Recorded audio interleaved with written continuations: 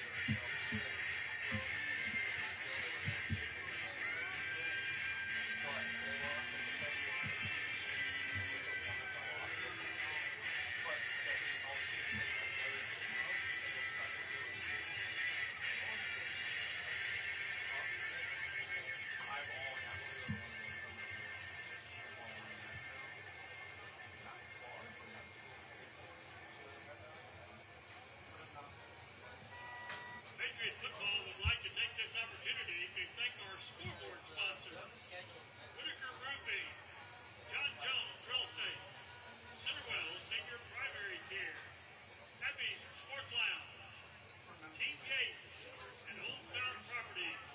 Thank you for your support.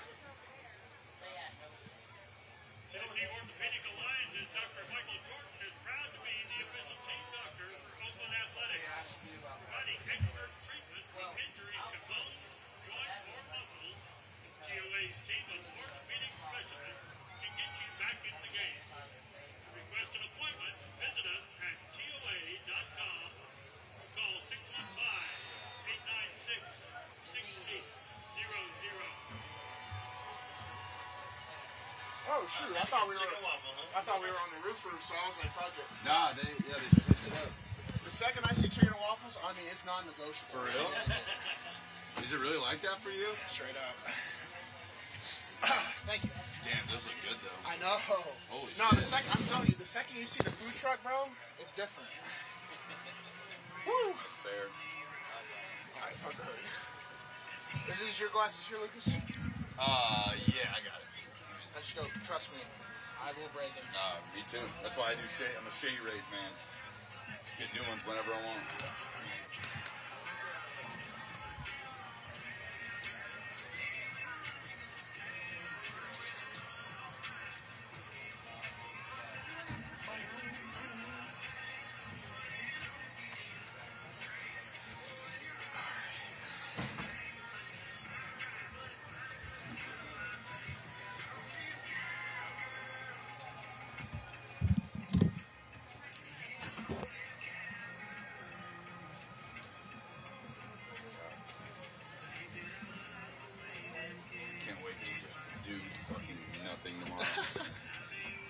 should be my Sunday. We'll see. I'm so excited. My Sundays are held hostage by the fucking shitty football team. Yeah. I mean, Dude, it when you have an NFL team that sucks that early, I mean, Bro. imagine how those players feel. They're Bro. 20 weeks trapped. Yeah, for sure. Yeah. But they're millionaires. I'm not. And it sucks. As hard as it is to imagine, they feel way worse than you, even with the money. You're right. You're right. But what sucks is like that. I feel like that's the hardest. Like, it sucks to not be able to check out. You know, if I was a Titans fan, you could just be just That's a fan. me. Well, yeah. Because I've always been a Titans fan. Like the Wiz years, it was so easy to be like, fuck it, whatever. You don't have to feel handcuffed to your TV and watch them every Sunday. Whereas like in college, you could suck, and like week 9 still fucking matters. You know what I mean? Yeah. Like even in the shitty years when we were 5 and 7, I wanted to be South Carolina more than I wanted like to keep living. Like I feel that. But like it doesn't matter. Like and you have to analyze it. You have to analyze the games. It's like they suck. Dude. They suck this way. They suck this way, and they suck this way. Because then you just get into talking about big picture shit and who needs to be fired and who doesn't. It's just fucking not happening. The worst is doing the post-game call-in shows because the people that haven't checked out are just pissed off and toxic and like they're pissed at you and they're pissed at everybody and you're a fucking idiot. It sucks, dude. It just sucks. It's been 2 years ago.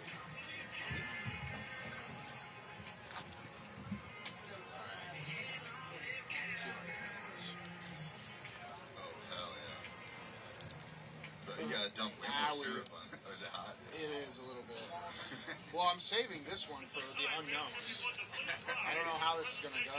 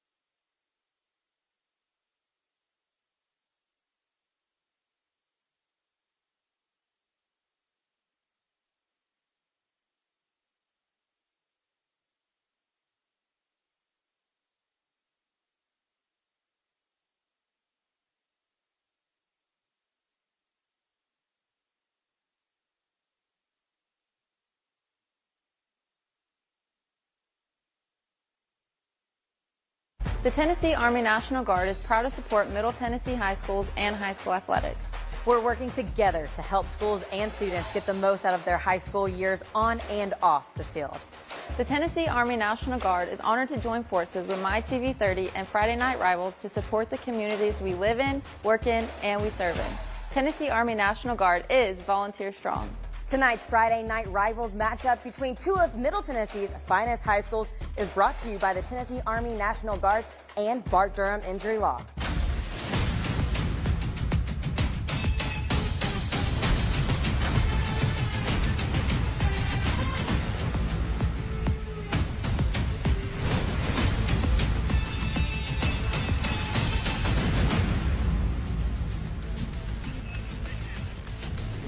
The Friday night lights are shining down on the high school football hotbed that is Murfreesboro, Tennessee. Tonight we come to you from Oakland, home of the 7-time state champion Patriots. They're pretty used to big games around here, and they've got another one on hand tonight as the Ravenwood Raptors make the trip from Williamson County in a battle of undefeated 6A title contenders. This is Week 10 on the Tennessee Army National Guard's Friday Night Rivals, presented by Bart Durham Injury Law. He is Bruno Reagan, former SEC offensive lineman. I'm Lucas Panzica. We are thrilled to have you with us on a beautiful night out here at Ray Hughes Stadium.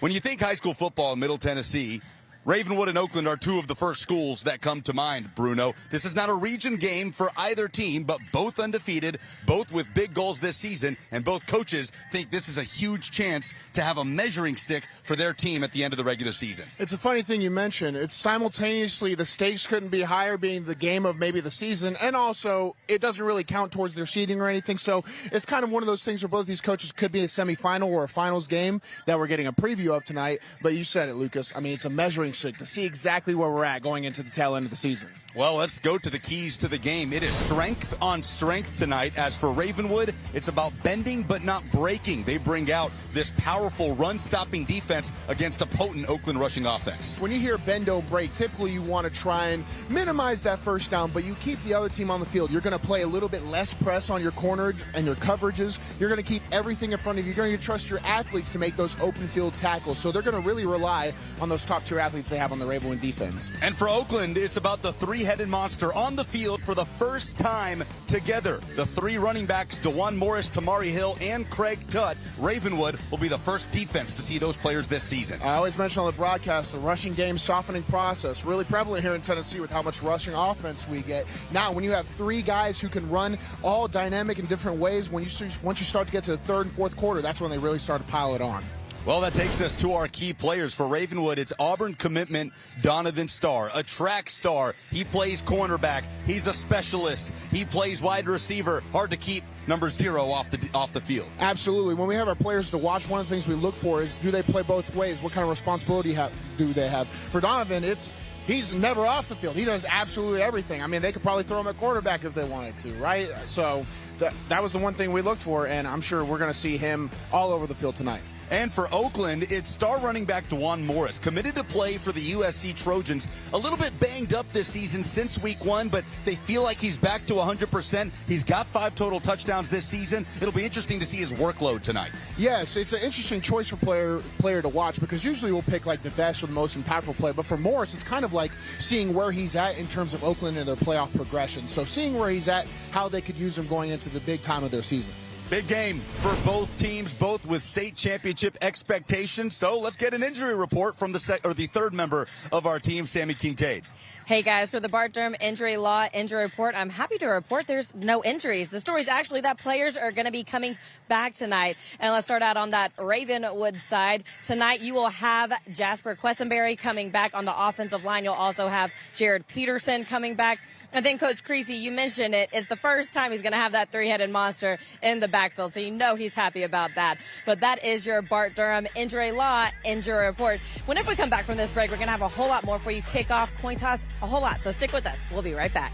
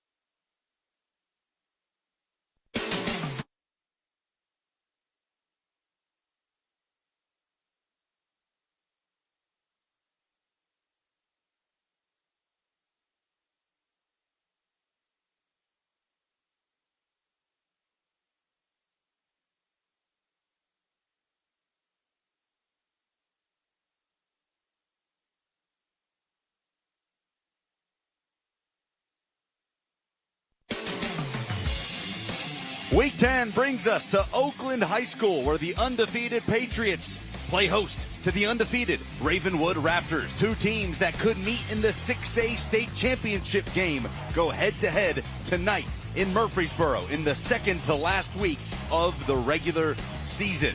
Titanic matchup happening in Middle Tennessee tonight. Before kickoff, we'll send it down to the field for the Tennessee Army National Guard coin toss. Tails and heads on it. We're going to ask you to make that call. What are you calling? He said tails, okay? I'm going to flip it. If I drop it, we'll do it again. It is tails. You've won the toss. You want to defer. Everybody just stand still right quick and let me back up. White team has won the toss and elected to defer. Which way do you want to kick?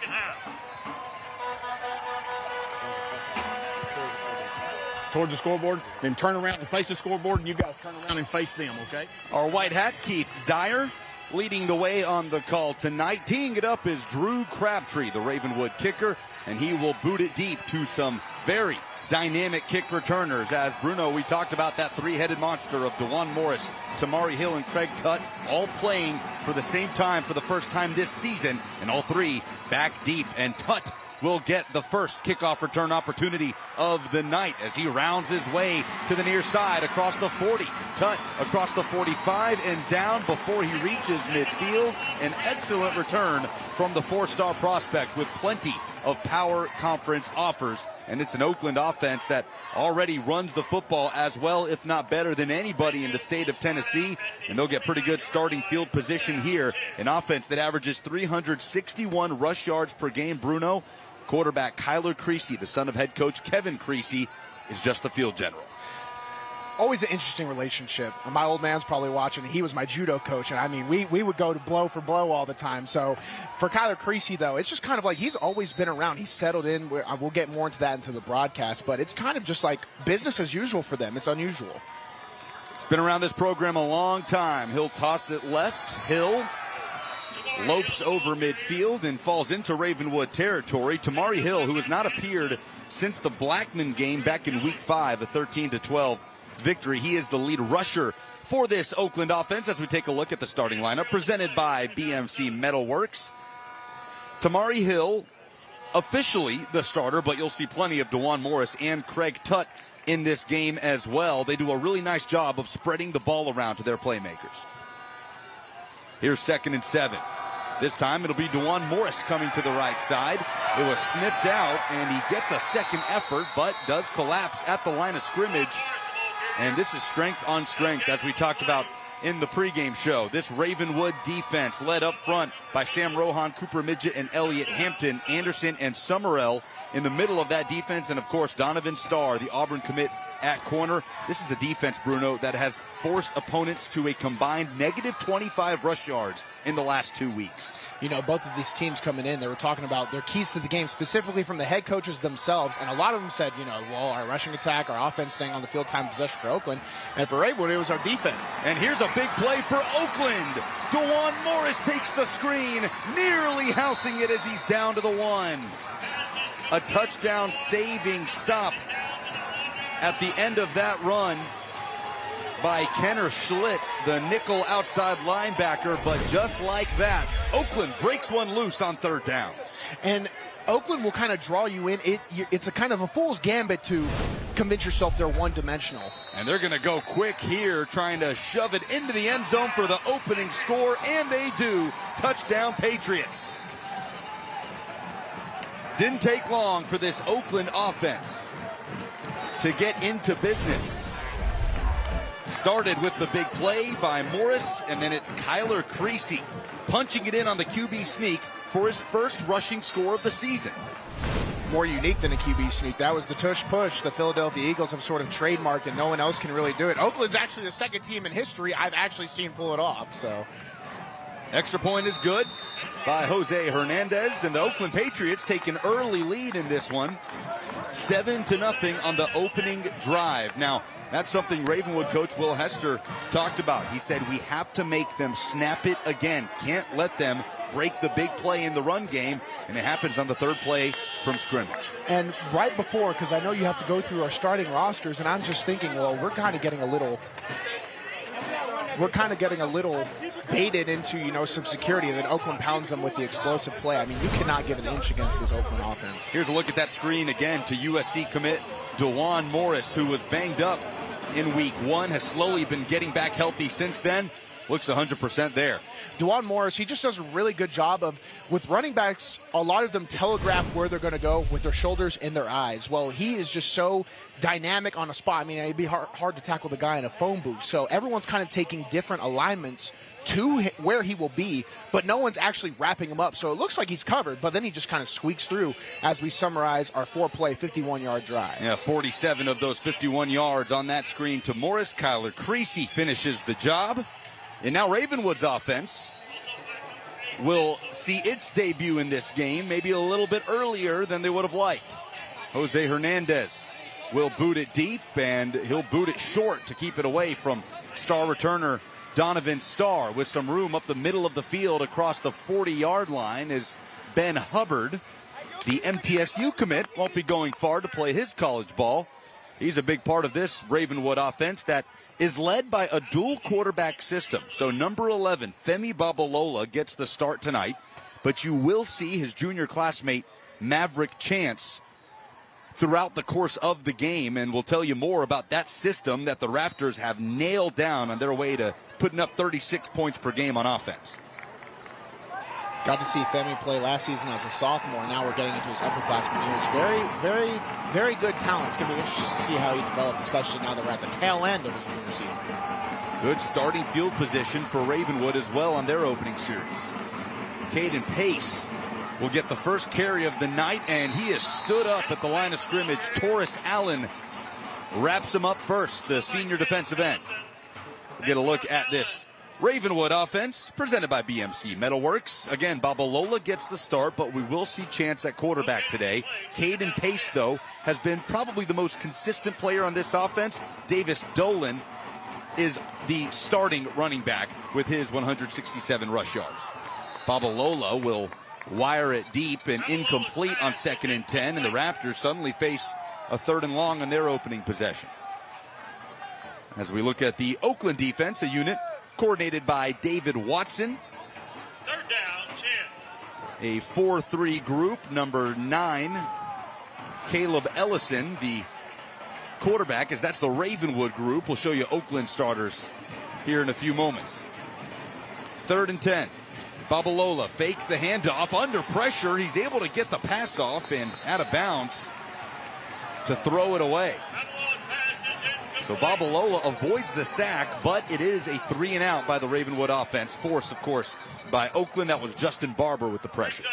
Yeah, it looked like also Dre Oldham, the senior defensive lineman, was able to get in, as Lucas will take us through the Oakland starting defense. Yeah, Caleb Ellison, the quarterback on the field, the Furman commit in the middle of that defense, and a very talented secondary led by Chase Bandy, number 2, with his 5 interceptions on the year.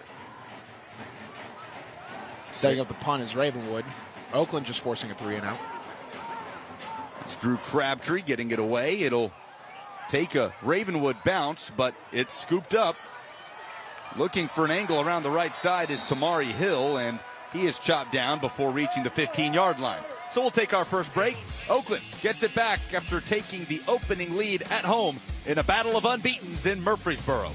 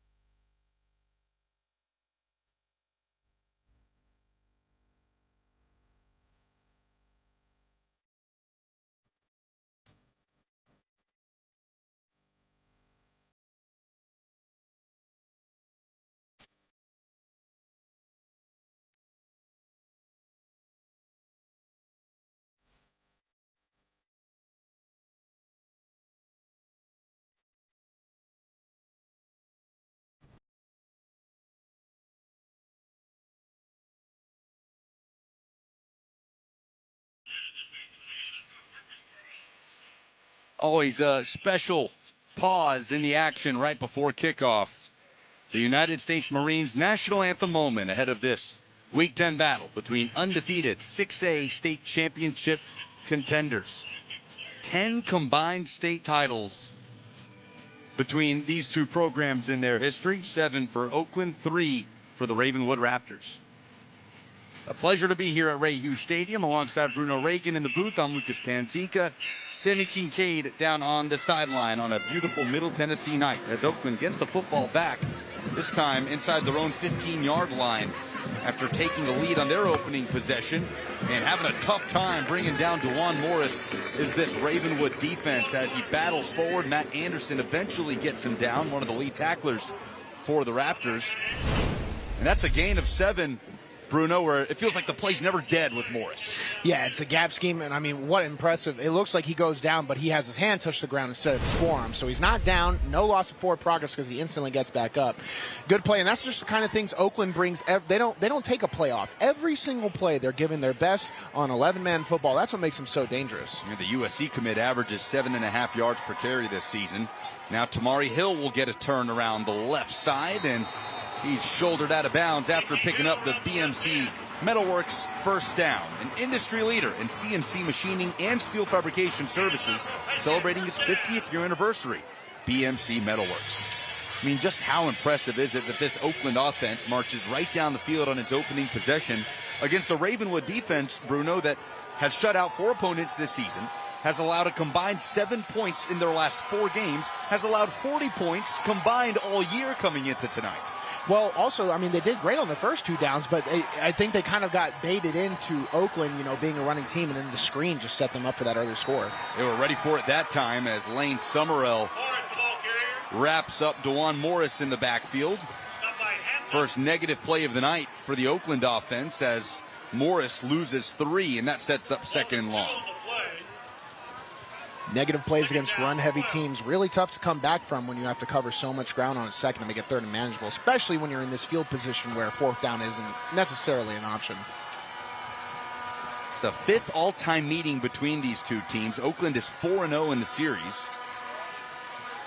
As Creasy will throw on 2nd down, wings it down the middle of the field, has a man, it's caught. Chase Bandy running free at the 10. Bandy scores! Touchdown, Oakland.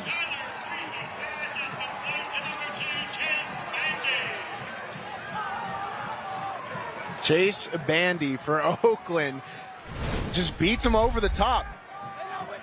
We take a look right there. So they bring a little bit of an angle on the defensive line for Ravenwood. The pressure doesn't get by, and Bandy just comes out, sneaks by. I didn't get to see if it was a bust in coverage or maybe just an athletic play, but he had about 6 or 7 yards separation from the high safety, which cannot happen, especially on the down and distance drive. You're in 2nd and 13 or 15, can't get beat over the top, and Oakland just makes it happen. 74 yards for Chase Bandy, who came into the season with 182 receiving yards. It's his 3rd touchdown. He is Kyler Creasy's favorite target. Just a little waterfall protection works well enough. Creasy with no pressure. And Bandy actually cuts into the only secondary player, just trusting the route. He probably saw a lot of green in him, but he knew not to ad-lib. Just go where Creasy. And also, you got to mention, great ball placement by Creasy to get him in stride, able to set up that score. That's Kyler Creasy's 14th touchdown pass of the season. He's completed 66% of his passes. That one for 74 yards. To finish off a 4-play, 86-yard drive. It takes only 96 seconds off the clock, and Ravenwood in uncharted territory here. The most points they've allowed in a game all season is 17 in a 27-17 win at Alcoa in week 1, and it's 14-0. I think 8 plays in. I think Oakland offense has ran 8 plays total at this point, so a lot of football left to be played. Whether that's good or bad for Ravenwood is to be seen. Hernandez kicks it off. Again, he'll keep it away from Starr, so this is Ben Hubbard on the return. The future MTSU Blue Raider gets it out to the 35-yard line. And we'll get another look at this Ravenwood offense. You see head coach Will Hester. He is 32-12 in the middle of the 4th season of his second stint at Ravenwood. Went 38-4 in 3 seasons in his first stint, including a 2015 state championship, before some stops at Nolensville and then down in Alabama with Florence High School. But came back home ahead of the 2021 season, and he puts in quarterback Maverick Chance as part of this 2-quarterback system for the Raptors. Sends Hubbard in motion, Chance up the middle, picks up 3 or 4 on the plays. He falls forward. So, you know, typically it's the old saying, right? If you have 2 quarterbacks, you have none. Mm-hmm.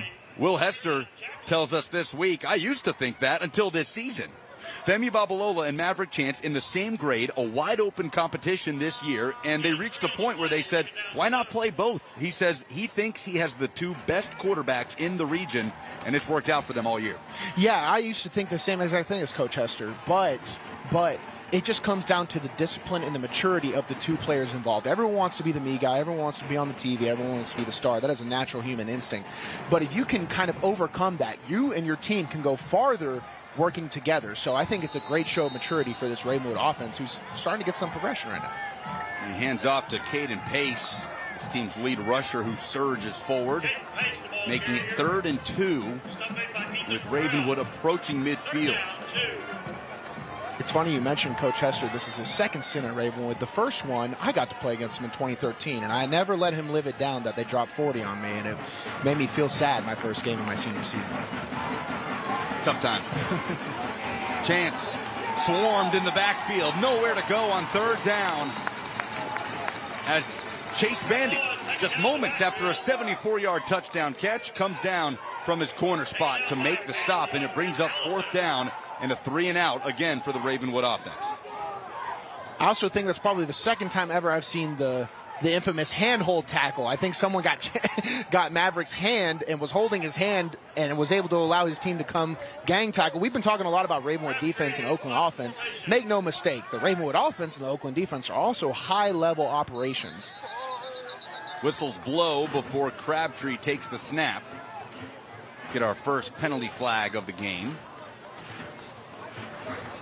Prior to the snap, encroachment, defense number 11, 5-yard penalty, 4th down.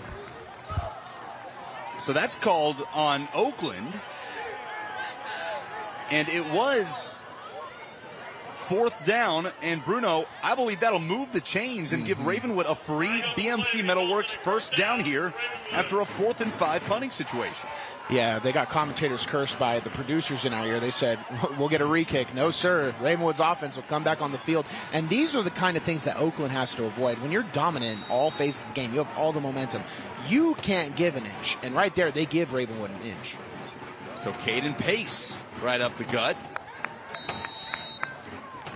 Let's go down to Sammy Kincaid for a quick comment on the sideline. Hey guys, yeah, you're talking about the 2 QB system, and they switch it each week. Who's going to be the starter and has nothing to do with performance, and they're both juniors. Femi, he started freshman year and he got hurt, so Maverick came in, and they've kind of switched back and forth ever since. And Coach said you need 2 QBs all season, so why not get them both snaps? The team votes on captains each week, and the team votes on both of them being captains each week. They played together at Brentwood Blaze Pee Wee, so they've known each other, been friends ever since they were young. And Maverick went to private school, and now they're in middle school, so now they're back together and having fun playing together. Thank you, Sammy. Look at those guys playing for the Blaze, coming up in the same grade all year with big futures as the co-starting quarterbacks of the Ravenwood Raptors, leading them together to an 8-0 start to the 2024 season. Great stuff. I love that picture. Get the youngin' version of him on. Chance going to throw for the first time. Under pressure, turns into a runner and spins across midfield. Able to work into Oakland territory as he's forced out. And now an interesting decision for head coach Will Hester, as he'll keep the offense on the field. He loves Maverick Chance as a runner, Bruno. It says he reminds him of Keenan Reynolds, the legend from Goodpasture Christian, who went on to have a phenomenal career at Navy and get drafted. Yeah, you know, Navy running that sort of triple option, the service academy style of football. That's a big compliment for Maverick to have that comparison. Well, they're going to go for it, but a flag is down. Prior to the snap, encroachment, on the defense, number 21. A 5-yard penalty results in a first down. So that's called against Dre Oldham, the senior defensive lineman. Kevin Creasy did talk about penalties. Said they got off to a slow start last week out of the bye against Coffee County, a 42-10 win, but thought his team was a little bit undisciplined early in that game, and now it's given Ravenwood 2 free first downs. As Chance will throw, nearly intercepted over the middle, but incomplete. Brings up 2nd and 10. And I like the play calling from Ravenwood too, especially once you get bailed out once, that's kind of that's a gift. The second one is a sign. So they go for the big play right there, and that's Craig Tutt on defense for Oakland, almost getting it. You see right there, you can't even, I used to have a saying, there was a reason they play defense, but for Tutt, it's a guy that plays. So that's one he wants to come back with and probably have that catch. But again, still 2nd and 10 for Ravenwood. Yeah, Tutt's hardly left the field this season, the 4-star safety. Chance going to run again, takes it across the 40, and he's brought down at the 38-yard line of Oakland. So Ravenwood chipping away here on offense. And it brings up a 3rd and 4 opportunity for the Raptors. They're going to go quick with Caden Pace as the runner. And he is stopped at the 35. That was Davis Dowland, the lead returning rusher from last year, who battled through some early injuries this season. And it brings up another 4th and short, no hesitation from Will Hester. Yeah, and it looked like Ravenwood was going to get that extra yard to convert and make a new set of downs. But number 3 for Oakland, Gus Ramsey, the senior defensive back, comes from out of the frame and kind of just stuffs him at the 1 to go.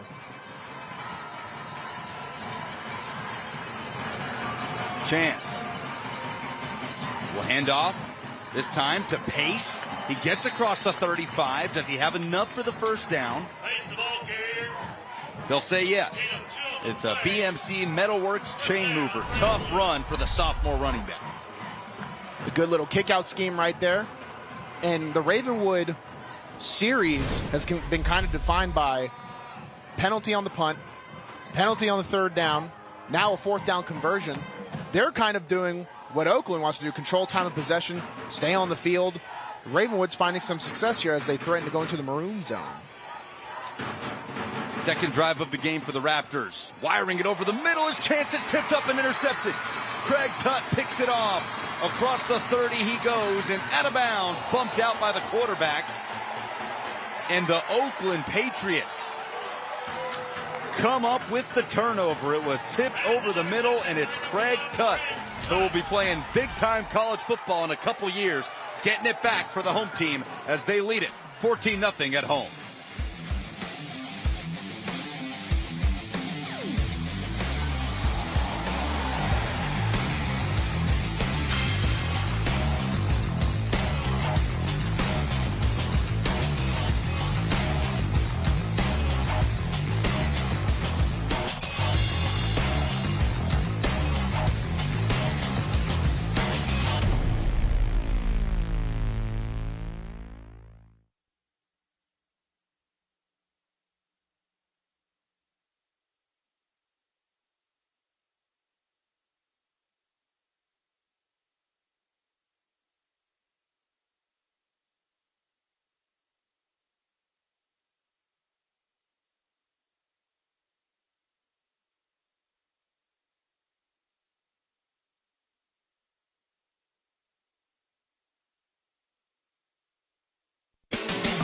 Welcome back to Oakland High School, where they currently lead 14-0 over Ravenwood. And I am pleased to be joined by the Tennessee Army National Guard Sergeant Para Valeras. And thank you so much for your service, and thank you for joining me tonight. And first, can you tell me, how is the Tennessee Army National Guard different from other military branches?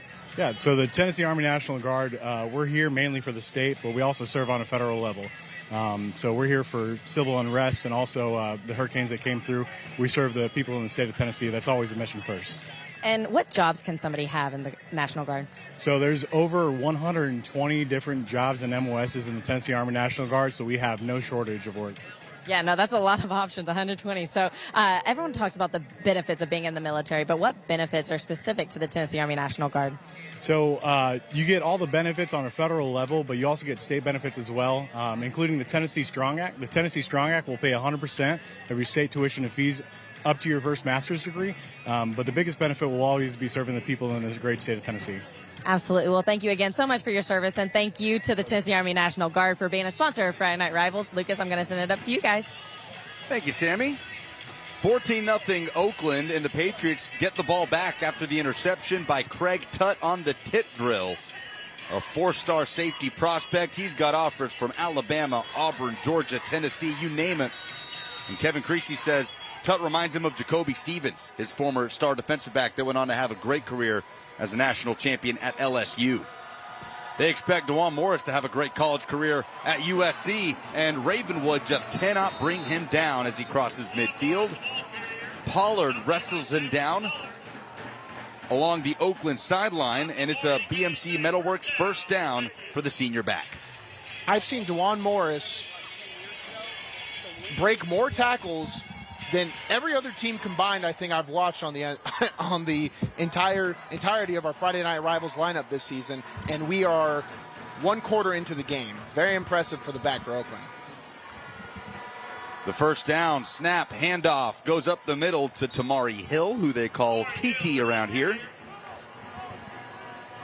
as he is over 500 yards on the season with that 4-yard run. There's Kevin Creasy.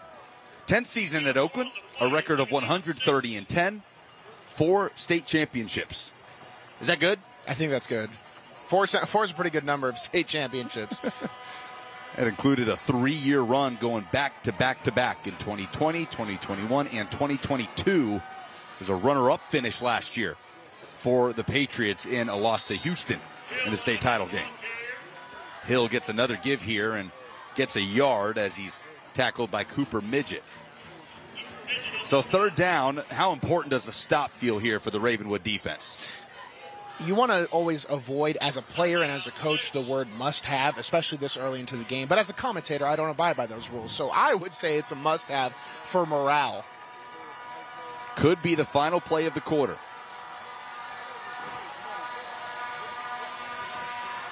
Faking the screen, flipping it up the middle to Morris. He's got the first down.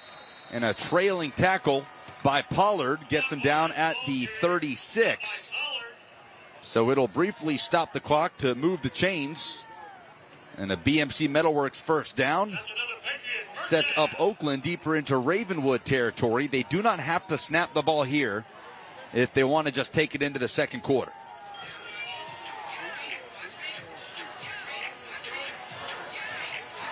Creasy in the gun. They will go. Creasy's going to run it. Might have been a busted play there as he trips across the 35, but that'll bring us to the end of the first quarter. A 74-yard catch over the middle by Chase Bandy puts Oakland on top 14-0 as we take it to the second in Murfreesboro.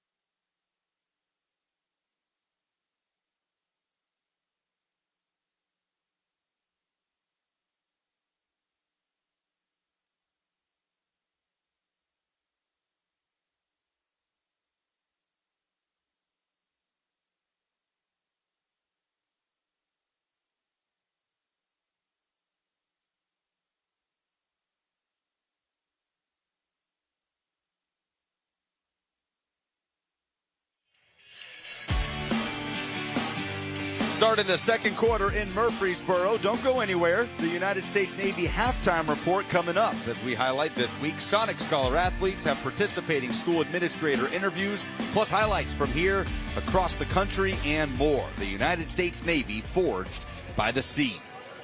This is 2nd and 7 for Oakland. Quick pass. Finding his man, Michael Brown, and the tight end loses the football at the 25. Ravenwood saying they have it. Waiting for an official call, and they do. Lane Summerall made the hit.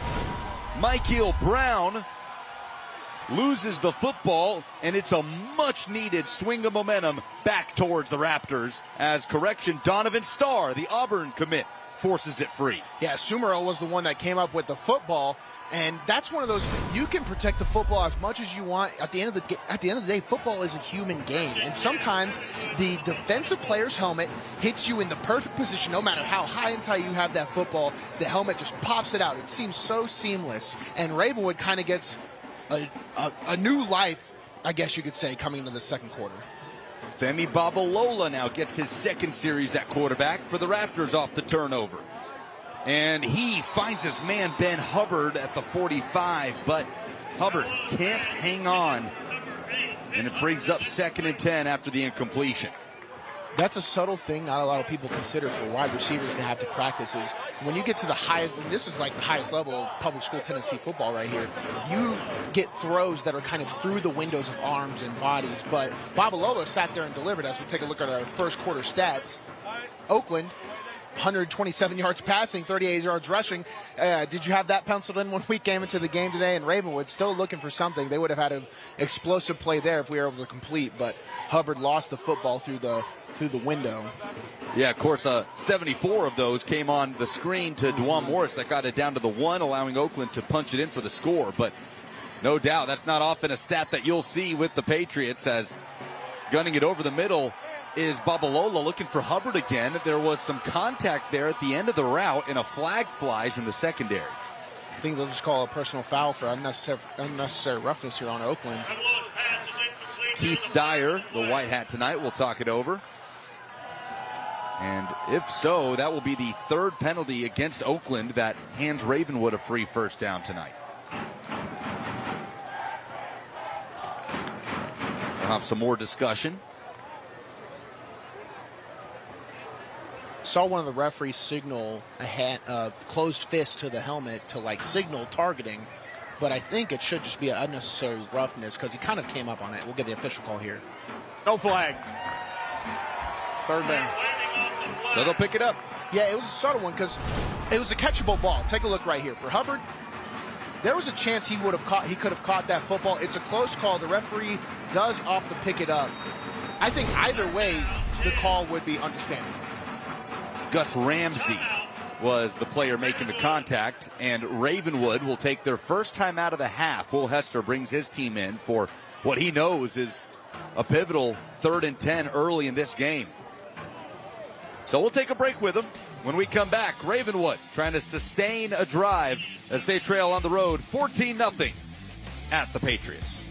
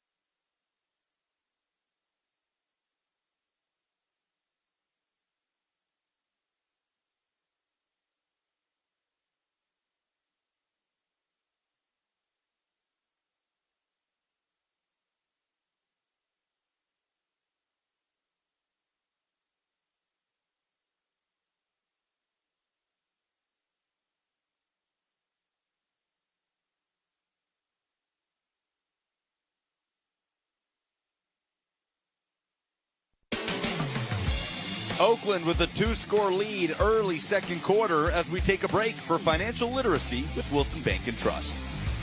In football, every play counts. One missed block or one bad pass can lead to the game slipping away. Staying ahead is crucial when it comes to your finances too. Taking on too much debt or overextending yourself with payments can put you in a tough spot, making it harder to achieve your goals. With the right game plan, you can get back on track. At Wilson Bank and Trust, we're here to help you avoid costly setbacks. Whether it's managing debt, setting up automatic payments, or finding the right loan, we've got your back. Your financial strategy shouldn't depend on a Hail Mary. Let's craft a game-winning financial strategy that fits you. Visit Wilson Bank and Trust today, and let's win this game together. Big 3rd and 10 here for the Ravenwood offense. Babalola dropping back under pressure. He's going to run it. Femi Babalola has the sideline, sticks the football out, and looks like he has the first down. Babalola has been playing a great game tonight. I think he's actually sat in there and thrown the ball when he needed to, but right here he makes it happen with his feet. Steps up against the pressure. Good job by the tackles to both run them up the field in just enough space. Literally a game of inches to get that first down conversion. Great pocket awareness there by the 6'3", 200-pound junior quarterback. His head coach says he feels like he's a pretty prototypical college quarterback size with that athletic ability to boot. As Babalola will gun it deep, he's got Starr. Reeling it in at the 20. Donovan Starr is in the end zone. Touchdown, Ravenwood.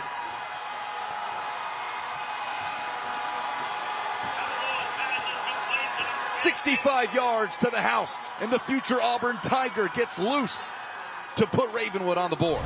See, Donovan Starr is fired up right there. Who better than Babalola to Starr? Starr, a player to watch coming in. Typically plays on we acknowledge his defensive side, but he plays everywhere, and he beats Oakland over the top. And what an effortless throw by Babalola. That was a powerful throw. He steps into it, makes it look easy. He's been throwing really good passes all night. Right there, they finally get the explosive play and the connection to turn this into a game. Crabtree on for the extra point. He's 26 of 28 this season, make it 27 of 29. Ravenwood cuts the Oakland lead in half early in the second quarter, and it is just the shot of adrenaline this offense needed. 3-step drop back, takes 1 step up, sees his man open, hits it nearly perfect. You can always be a little better. Starr had to turn around just a little bit for it, but just enough to keep him in stride to complete the score. That's Donovan Starr's 4th receiving touchdown of the season. He was our player to watch pregame for the Raptors. Does it all. Special teams, defense, which is what he'll be playing in the SEC as an early enrollee down at Auburn. And wide receiver as he puts the Raptors on the scoreboard. A 4-play, 76-yard drive, taking just 28 ticks off the second quarter clock.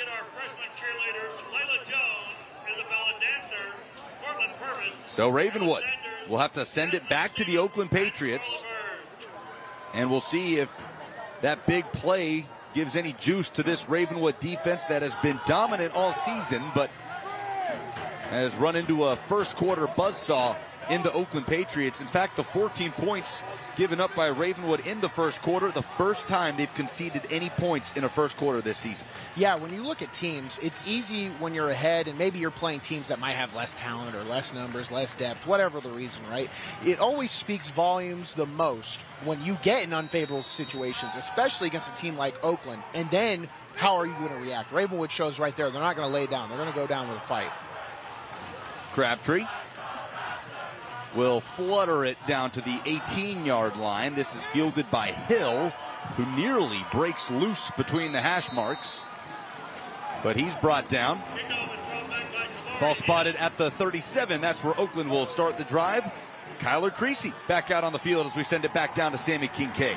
Hey, guys, yeah, we've been talking a lot about Coach Kyler Creasy out there at quarterback. You know he's got to be proud watching his son tonight. He said this is something they've dreamed of ever since he was a little boy. The sideline, I'd be the head coach. And he led the AV team to an undefeated season. And so he's really excited to see his son out there now really performing well for them. Thanks, Sammy. The handoff here is to Morris. He is swallowed up in the backfield. Loses one on the play. But Kyler Creasy, not just a good athlete and a tough player, bouncing back from a couple broken collarbones last year, but a heck of a student, too. 4.0, 28 ACT, involved in the youth group at his church. He's been around this program since he was 7 years old, whether as a ball boy or running around at practice. And his dad says he's one of the best leaders on the football team. I imagine also helps when your dad's the head coach. So if he's giving any teachers any trouble, they'll go straight to the source. Easy motivator. Yeah. Huh? Flag down on 2nd and 11.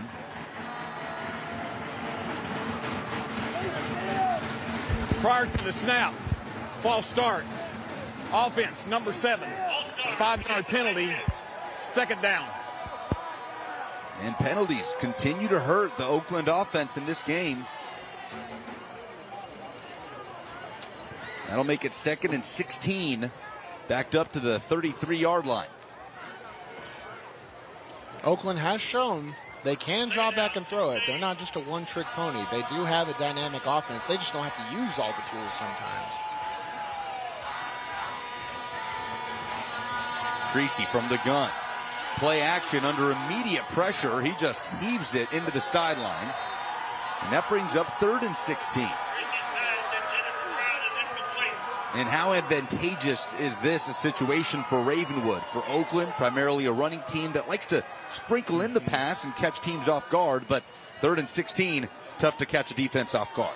Also, I mean, with the defensive players, if you're an edge linebacker or one of the D linemen, your ears are just pointed back, right? I mean, make no mistake, it's either going to be a pass, a drop back pass, 5-step drop back, or a screen. So this is your chance to really get after and rush the passer.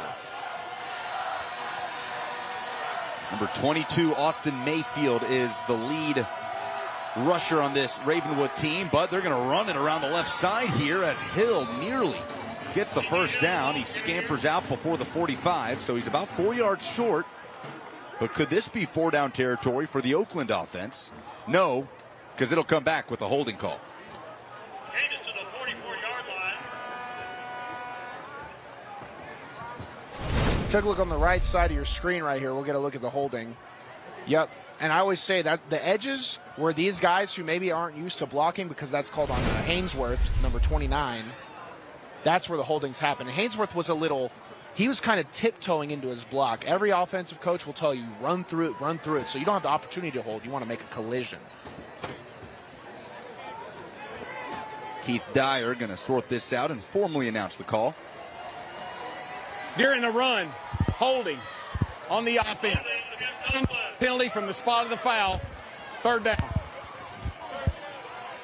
So Ravenwood accepts the penalty instead of giving Oakland 4th and short. They want 3rd and long again.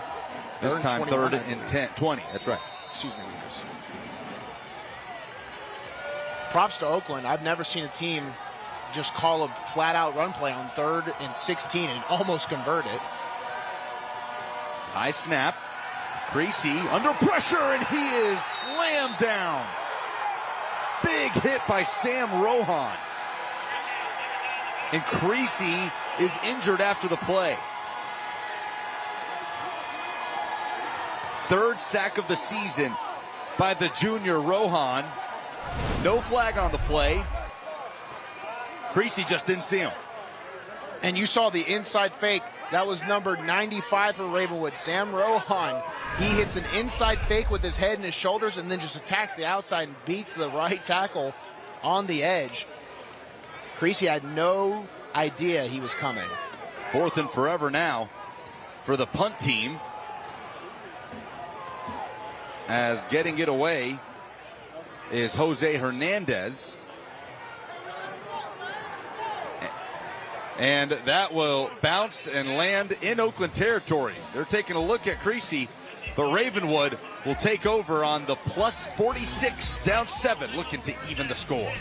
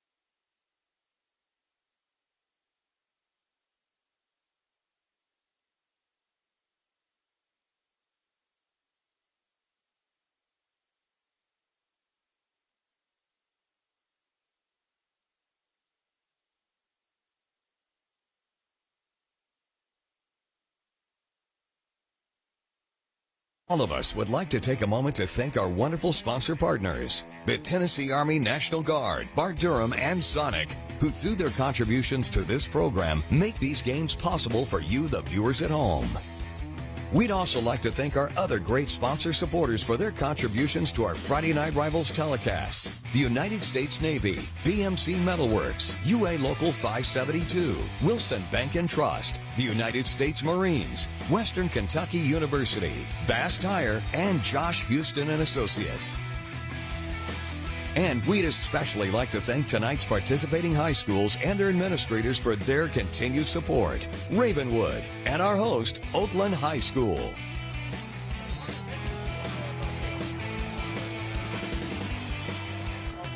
A battle of unbeatens in Murfreesboro tonight as you look at Oakland quarterback Kyler Creasy. Good to see him standing on the sideline after taking this hit from Sam Rohan to end the last Oakland drive. Creasy, who had surgery on a broken collarbone suffered in the state championship loss to Houston, looks to be okay, and that's good to see. But here comes the Ravenwood offense. Maverick Chance back in at quarterback. He'll run up the middle and romps across the 40 down to the 39. Let's get an update on Kyler Creasy down on the sideline with Sammy Kincaid. Hey, guys, you just mentioned that he is up and moving well. They looked at his right hip, and they put some icy hot on it, but he's good to go. But Coach Creasy came over right away to check on his son and said that the O-line has to watch their alignment. There's no coincidence that Kyler got taken down on that play. Yeah, thanks, Sammy. So we'll take a look as Creasy expected to come back out with the Oakland offense on their next drive. But for now, Bruno, as it's a quick screen to the left side for Cy Longley, bringing up third down. Big opportunity for Ravenwood, who was in a 14-0 hole early in this game. Ravenwood operating with a 2-quarterback system with Babalola and Maverick. Babalola having some good scrambles out of the pocket, not really some design runs, and dropping some bombs from his drop back passes. Maverick, more of the design run, but as you mentioned, Lucas, they don't really call things differently. It just sort of falls the way it does. Hand off to Davis Dowland, and he gets away from the first wave of tacklers, able to get a few more out of it. Close to the first down marker, but it'll bring up 4th and short. Design QB power right here, and Maverick gets touched by, I think, every member of the Oakland offense, still gaining about 3 yards to make it 4th and manageable, as it seems like the Ravenwood offense is going to stay on the field. A correction, that was Chance on the carry. So Oakland trying to come up with a big stop. Don't go anywhere in the fourth quarter. The Bass Tire stop of the game between two fantastic defenses. Surely there will be plenty to choose from in this matchup of 8-0 teams, 6A state championship contenders. Here's 4th down. Ben Hubbard on the flip pass. He scampers across, picks up the first down, and out of bounds at the 34. That is a UA Local 572 first down for senior wide receiver Ben Hubbard.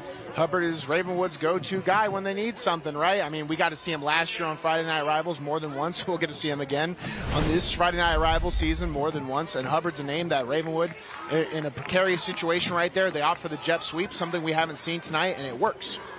Just progressing deeper into Oakland territory. Right up the middle there with a head of steam.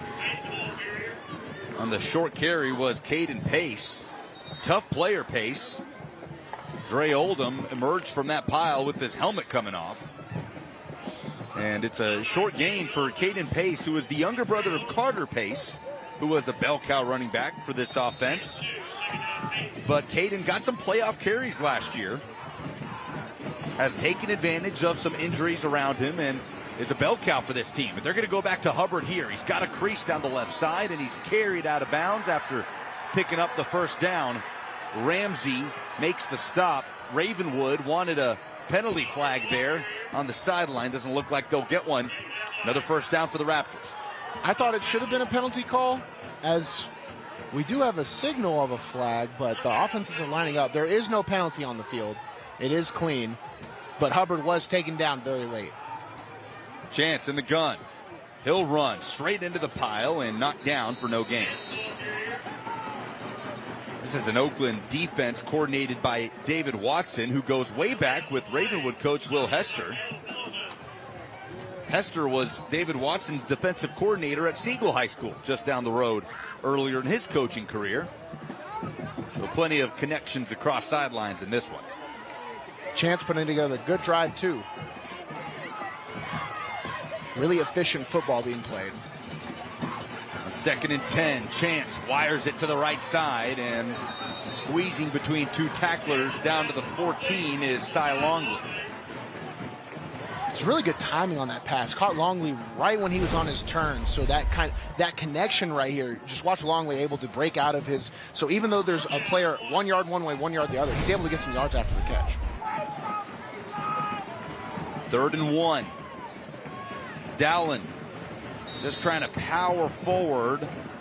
Looks like he'll have enough, and he will. First down presented by UA Local 572, the premier trainer of workers in all aspects of the piping, plumbing, welding, and HVAC industry. It was a good job of the Ravenwood offensive line. They secured their double teams on the line of scrimmage, first and foremost. With no backfield pressure, most running backs are going to be able to convert a 1 yard carry. Chance with Hubbard in motion, fakes the give to the senior, but Oakland all over that one as he is thrown down. The Patriot with final contact was Caleb Ellison, the linebacker committed to play at Furman for the Paladins, the quarterback of this defense.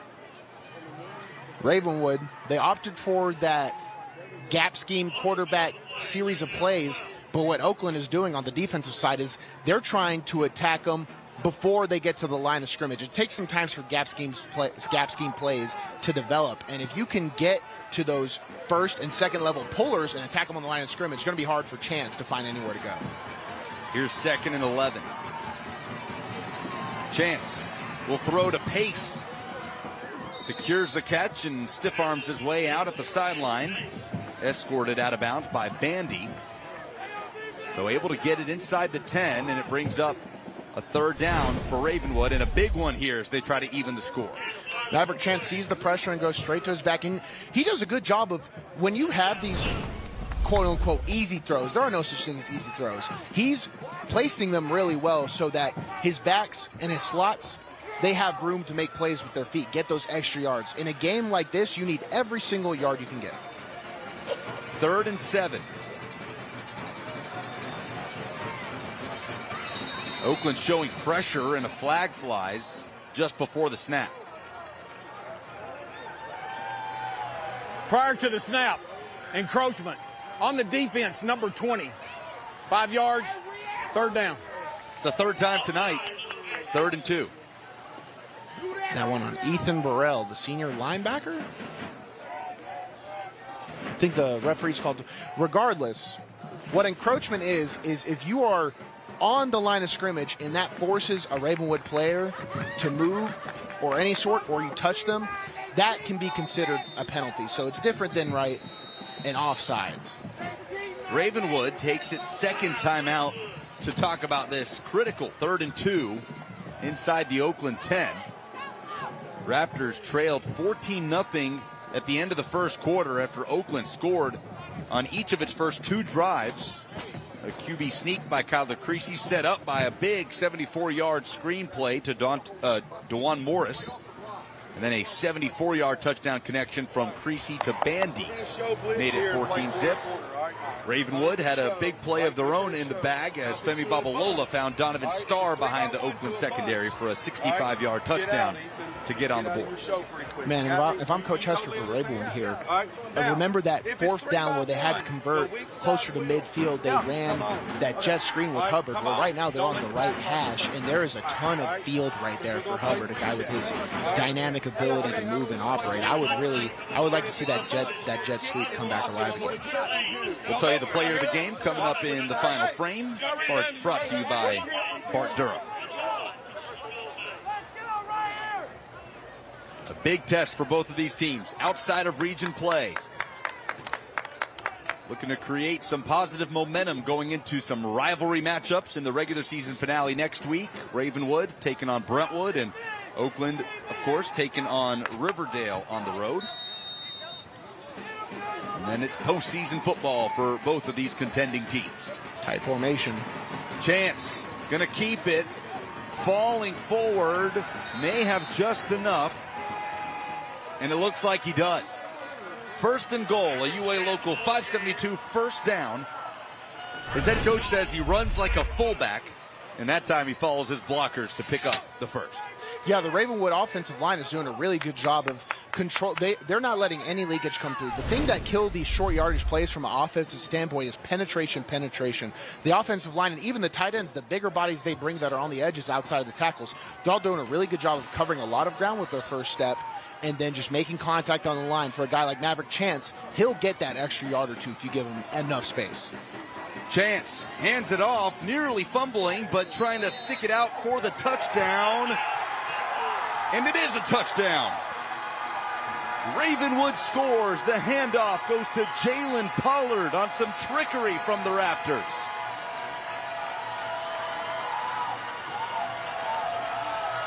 Had to secure the football in the backfield, but once he did, he got just what he needed. And Ravenwood's an extra point away from tying it up. Maverick Chance has been the bell cow in this series specifically. A lot of design QB runs, short yardage. He's been having his name called. Well, they cut Pollard right in front of him, and all he does is a little quick kind of pitch pass, and Pollard jiggles it a little bit, but he's able to secure it, get the score, make it a 14-14 game with that conversion of an extra point. Extra point is up and good, and that evens us at 14 in this matchup of 8-0 teams in Middle Tennessee. Big response by the Ravenwood Raptors. Coming up with a stop on defense. The sack that forced the punt allowed Ravenwood to take over in plus territory. And they finished the drive with some tough running by quarterback Maverick Chance. And in the end, Pollard, who primarily plays safety for this team, but that time punched it in himself. All the momentum has suddenly switched to Ravenwood. If you've been with us since the start of the game, you'll know that first quarter was all Oakland outside of 2 penalties. Now Ravenwood controlling this entire second quarter, a tale of 2 quarters. So with 3:42 to play, Oakland will get the ball back. They do have all 3 timeouts. And how much would Kevin Creasy love a long, sustained drive to milk the rest of this first half clock and finish with some points here? Well, he would love it, and some might say he needed it as we take a look at our scoring summary. 13 plays, 46 yards, 5 minutes off the clock. Big time crunch. But Ravenwood, remember, deferred. Crabtree will skip this one down across the 20, and it forces Hill to just fall on top of it. Oakland will take over at the 19. So the last time we saw Kyler Creasy, he took a big hit from his blind side by defensive end Sam Rohan. Was a little shaken up after the play, but as Sammy told us, rubbed some icy hot on it and good to go. He's a tough kid coming off of collarbone surgery in the offseason. Icy hot will do about 10%. The adrenaline of a football game will carry the rest. He'll feel it after the game, but he'll be good for now. Especially in a game like this. Creasy in the gun.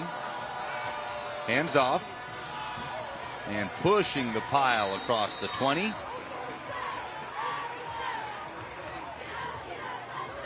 Looks like that is Tutt on the carry. And it can be hard to tell with this Oakland offense, the way they hand the ball off quickly and get guys under piles. Also, this is just a very physical football game. The piles are taking about 20, 30 seconds themselves to clear out just from the physical contact. Here's Tutt again.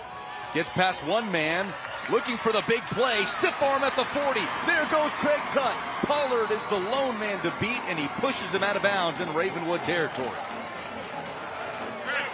Craig Tutt was able to swap the ball, changing direction. That play is supposed to hit front side, but he sees the open field in the back. He does a quick swap with his hand, and the football, a very dynamic play. And now Oakland, still 3 minutes left with the flag on the field. It was a 40-yard gain, but the Oakland offense is marching it backwards here. We'll await the call from Keith Dyer.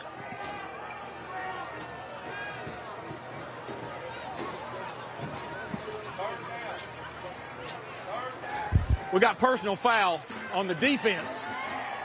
We got personal foul on the offense. They offset. The result of the play is a first down. Offsetting penalties after the play, so it won't wipe away the gain. And it is a UA Local 572 first down for Oakland star back Craig Tutt.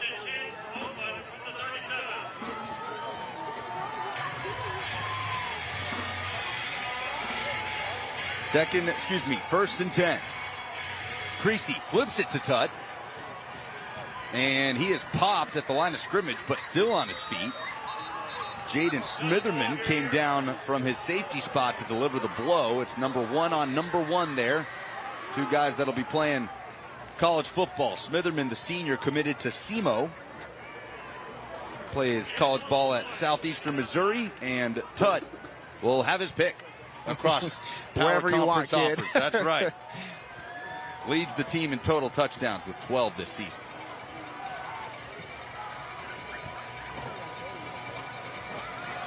Craig Tutt again. Across the 30. He's been the bell cow for this team all year with injuries popping up. DeJuan Morris, Tamari Hill hadn't appeared since week 5. And he's delivered, averaging over 9 yards per carry this season. Yeah, we had Morris as our player to watch, kind of not declaring him the best player, but kind of to see, where he's at. And right now, I guess Tutt is kind of becoming the bell cow yet again. I mean, watch Tutt run right out. It takes 2 guys, and he still carries them about 6 yards there. He's certainly the bell cow on this drive, as Pollard eventually gets him down in the red zone. The problem right now for Ravenwood's defense is they're not making contact early enough. Tutt's able to get his feet churning about 4 to 5 yards just for free. Too much open field. And if you give him that, he's going to attack the defense's angles, keep them on their heels. It's going to be too much. And right now, Patriots are threatening. Now Morris gets a carry. Jetting around the left side. DeJuan Morris is swung down at the 11. So he picks up 6. That brings up 2nd and 4. And clock is ticking. As Oakland milks this thing down to the 1:16 mark and then takes its first timeout of the first half. Ravenwood with just 1 remaining. The Raptors will get the ball back to start the third quarter. It's hard for me because when you watch Morris run, it's just so unique. It's hard for me to describe. I think the best way I could help visualize is whenever Morris rushes the football, it looks like someone's turning the lights on and off, on and off. He just kind of appears and disappears in different parts of the field. He has different control of his body. He's on his heels, toes. It's just Tavon Austin-esque. Approaching halftime, so don't go anywhere. The United States Navy halftime report coming up as we highlight this week's Sonic Scholar athletes, bring you participating school administrator interviews, plus highlights from here and across the country and more. The United States Navy, forged by the sea. So Will Hester maybe trying to figure out if he could get his offense the ball back one more time in this second quarter before maybe trying to double dip and get it back to start the second half. But first, Ravenwood's got to come up with the stop here.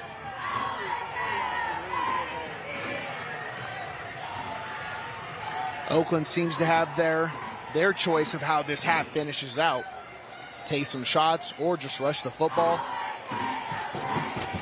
Morris will take the direct snap, fakes to Tutt, and Ravenwood reads it well. Matt Anderson with a bear hug tackle at the line of scrimmage to bring up 3rd and short. How have you seen the Ravenwood defense adjust after getting into that 14-0 hole early?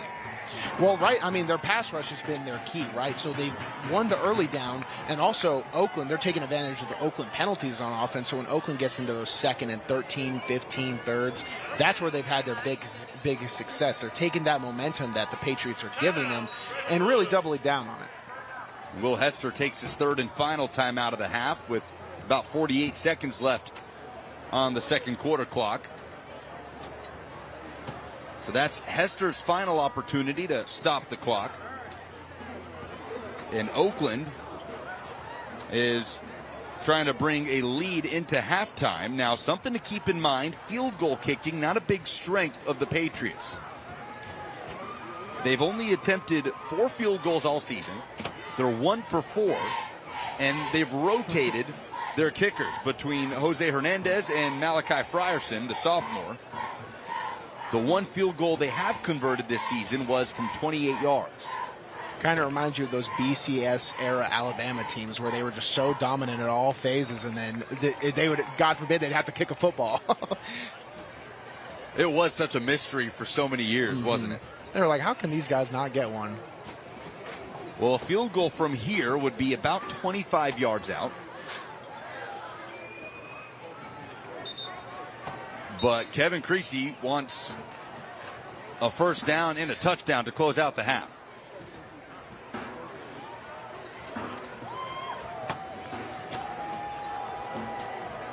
So he'll send the offense back out there. Kevin Creasy, who calls the plays for his team. The 4-time state champion head coach. Probably gap scheme play coming up. Morris in the Wildcat again. Will fake the give, looking for a pocket of space, and he's dragging defenders across the 5 and down.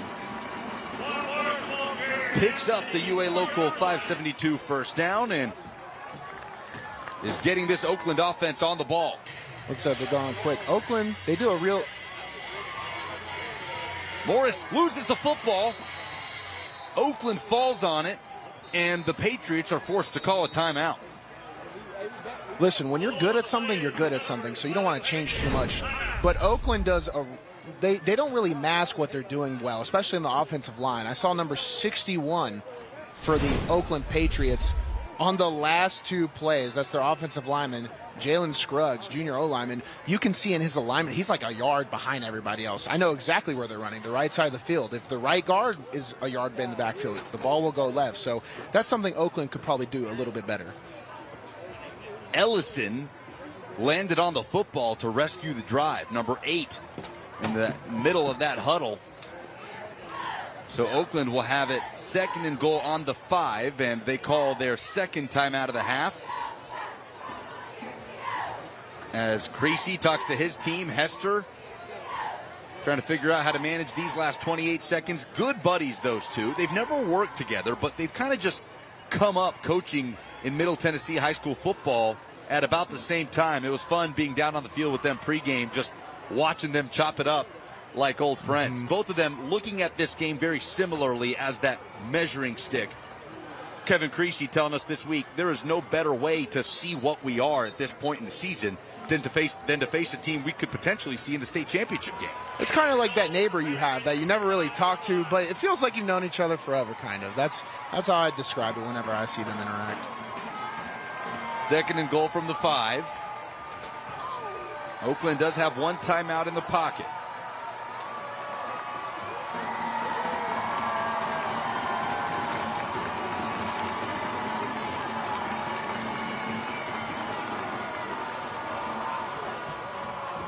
And officials will discuss something here as Oakland huddles up.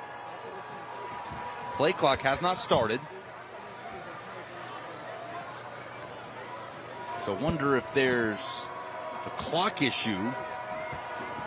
And now Keith Dyer is coming to the near sideline. Maybe some sort of technical difficulties. I wonder if it could be a few different things. Could be their communication, could be clock. So that puts everything on pause for the moment here at the tail end of this first half. Oakland took a 14-0 lead, scoring touchdowns on their first 2 series and getting stops, but Ravenwood came to life with a 65-yard touchdown pass from Femi Babalola to the Auburn commit, Donovan Starr. And then it was punched in on the goal line by Jalen Pollard to even things at 14. Ravenwood looking for its first ever win against Oakland. They're 0-4 in the first 4 meetings.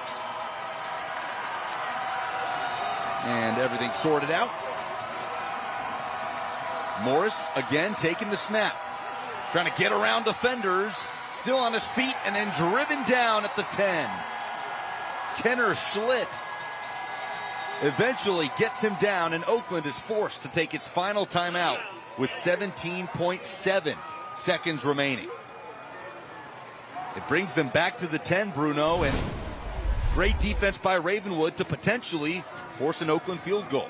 It is, and while it is great defense, it's kind of uncharacteristic also for Oakland because the lead blockers on these plays, these gap scheme plays right now, they're kind of passive. They're going about 50 to 70% speed, and they're getting in the way of their dynamic rushers. Their dynamic rushers don't have space because their blockers are in it. If you're a lead blocker, I mean, it is reckless abandonment. Get up there and create something. You can't just wait for things to open up. And sometimes when you have these dynamic athletes rushing the football, you get a little spoiled with it. So Will Hester's defense, which has been dominant all season, allowing only 5 points per game for a defense called by Drew Collier, comes up with the third down stop. Well, the second down stop, I should say. And it could force Oakland to put it in the air here on third down rather than just come out and kick the field goal. Ravenwood was in a pinch at the beginning of the game. 8 plays, giving up more points than they had against most teams. Now we appear to go to the end of the half with a tie ball game. Oakland out of timeouts. Creasy back in the game with the fade to Morris. It's incomplete, but there's the flag.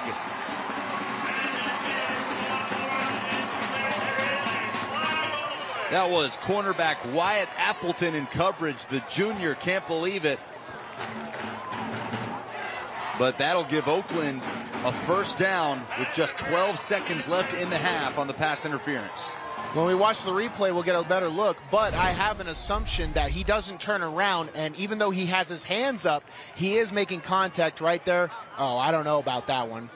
We'll get another look. They're both of them have their hands on each other. Pass interference on the defense. That's half the distance. Third down. So what happened was Appleton, his left hand, he had that. They both had each other's jerseys with both hands.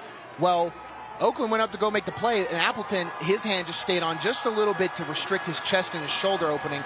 That was just enough for the official to throw the flag. It does remain third down, but they move the ball up to the 4-yard line. So again, if Oakland decides to run the football and doesn't get in, they have no way to stop the clock. Creasy's going to throw. Again, looking that way. Again. And there's a flag. Again. Donovan Starr in coverage, that time against Chase Bandy. Oakland, as we get the pass interference call there. During the play, pass interference on the defense. That's half the distance. Third down. Oakland's offense been committing a few penalties now. The Ravenwood defense at the end of the half, as we see the pass interference right here from Starr. Again, the left hand is what the referees are seeing right there. Starr's left hand is on the inside, and even though it's not restricting, it's giving these referees opportunity. I really don't. Either of those pass interferences probably could have been not called, but hey, the referees, whatever they call goes. Ball now on the 2.5-yard line with 9 ticks left on the clock. Creasy rolling right, lofts into the end zone, incomplete. With 3.9 seconds left, Jaden Smitherman on the coverage. No flag. It's fourth down, and out comes the field goal team. Adversity, and Ravenwood is overcoming. They might as well be the 300 at Thermopylae. I don't even know what to say. It is a very impressive to hold Oakland in this position over and over and over again, giving up yards just off penalties. A really impressive showing from Ravenwood's defense. This is a 20-yard field goal for Jose Hernandez from the left hash. For the halftime lead. Flag flies.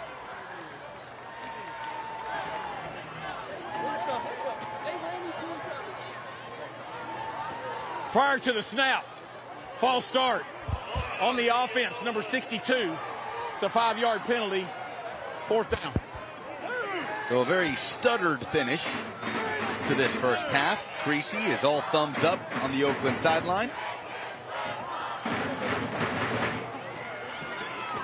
Two programs undefeated usually show a lot of discipline and poise. Now that they're kind of coming into contact with each other, you kind of see things slipping here and there. Turns it into a 25-yard attempt. It's good. Jose Hernandez boots it through, and Oakland takes a lead into the break. Fun first half between two of Middle Tennessee's best, coming into the game at 8-0. Let's go down to Sammy Kincaid, who's on the field with Oakland coach Kevin Creasy. Coach, you got off to a really fast start on offense. What do you have to do in the second half to get that offense going again? Yeah, we can't shoot ourselves in the foot. We've had some dumb penalties, offense and defense, so we've been a worst enemy at times. Can't play behind the sticks and got to protect better. Ultimately, I think we won the first quarter. Ravenwood won the second quarter, and we'll see how it turns out in the second half. And in the second half, what's really the message to your team going into that second half, especially defensively, to really stop them? Yeah, let's just finish. Let's quit shooting ourselves in the foot and let's try to finish this game. I mean, they're a good opponent, but we got a lot of pride on this field, so we need to finish this game off right. Well, thank you, Coach, and good luck. Thank you. Thank you, Sammy. Coach Creasy, he summed it up. Oakland takes the first quarter. Ravenwood takes the second. Fun second half coming up. The United States Navy halftime report on the other side.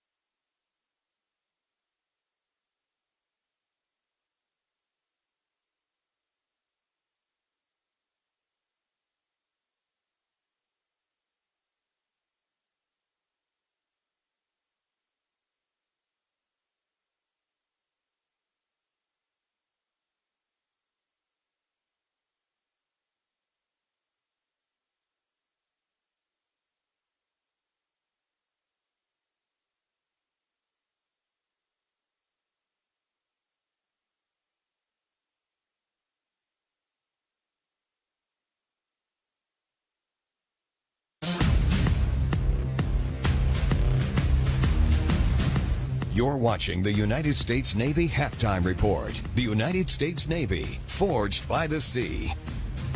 We're proud to present the Sonic Scholar Athlete of the Week. This week's Scholar Athletes are Jack Herman from Ravenwood High School and Chase Bandy from Oakland High School. Herman is a 4-year varsity football and lacrosse member, 2-time football state quarterfinalist, and scored a 36 on the ACT. Bandy is an honorable mention All-Region Team Player of the Week and is on the honor roll. These All-Stars are now entered to win a $10,000 scholarship at the end of the season. Congratulations to our Sonic Athletes of the Week. Live free, eat Sonic. This week's Friday Night Rivals Educator Spotlight is presented by Western Kentucky University. Climb higher at Western Kentucky University. Welcome back to Oakland, hosting Ravenwood, where we have a very exciting game, and we have quite the halftime report for you. I'm currently joined by Ravenwood Principal, Dr. Pam Vaden, and also Dr. Reggie Mason, the Assistant Principal for Ravenwood. And thank you so much for joining me tonight. And what is this? Besting your best. What is that? Oh, I'm so glad you asked, because Besting Your Best had to do with our ACT initiative. Across Tennessee, most seniors were taking the ACT this past week, and our composite ACT score for the graduating class of 2024 was 27.2. So we challenged our seniors. You know, we're a high-achieving school, so we said just 1 degree. So we gave them the analogy of boiling water.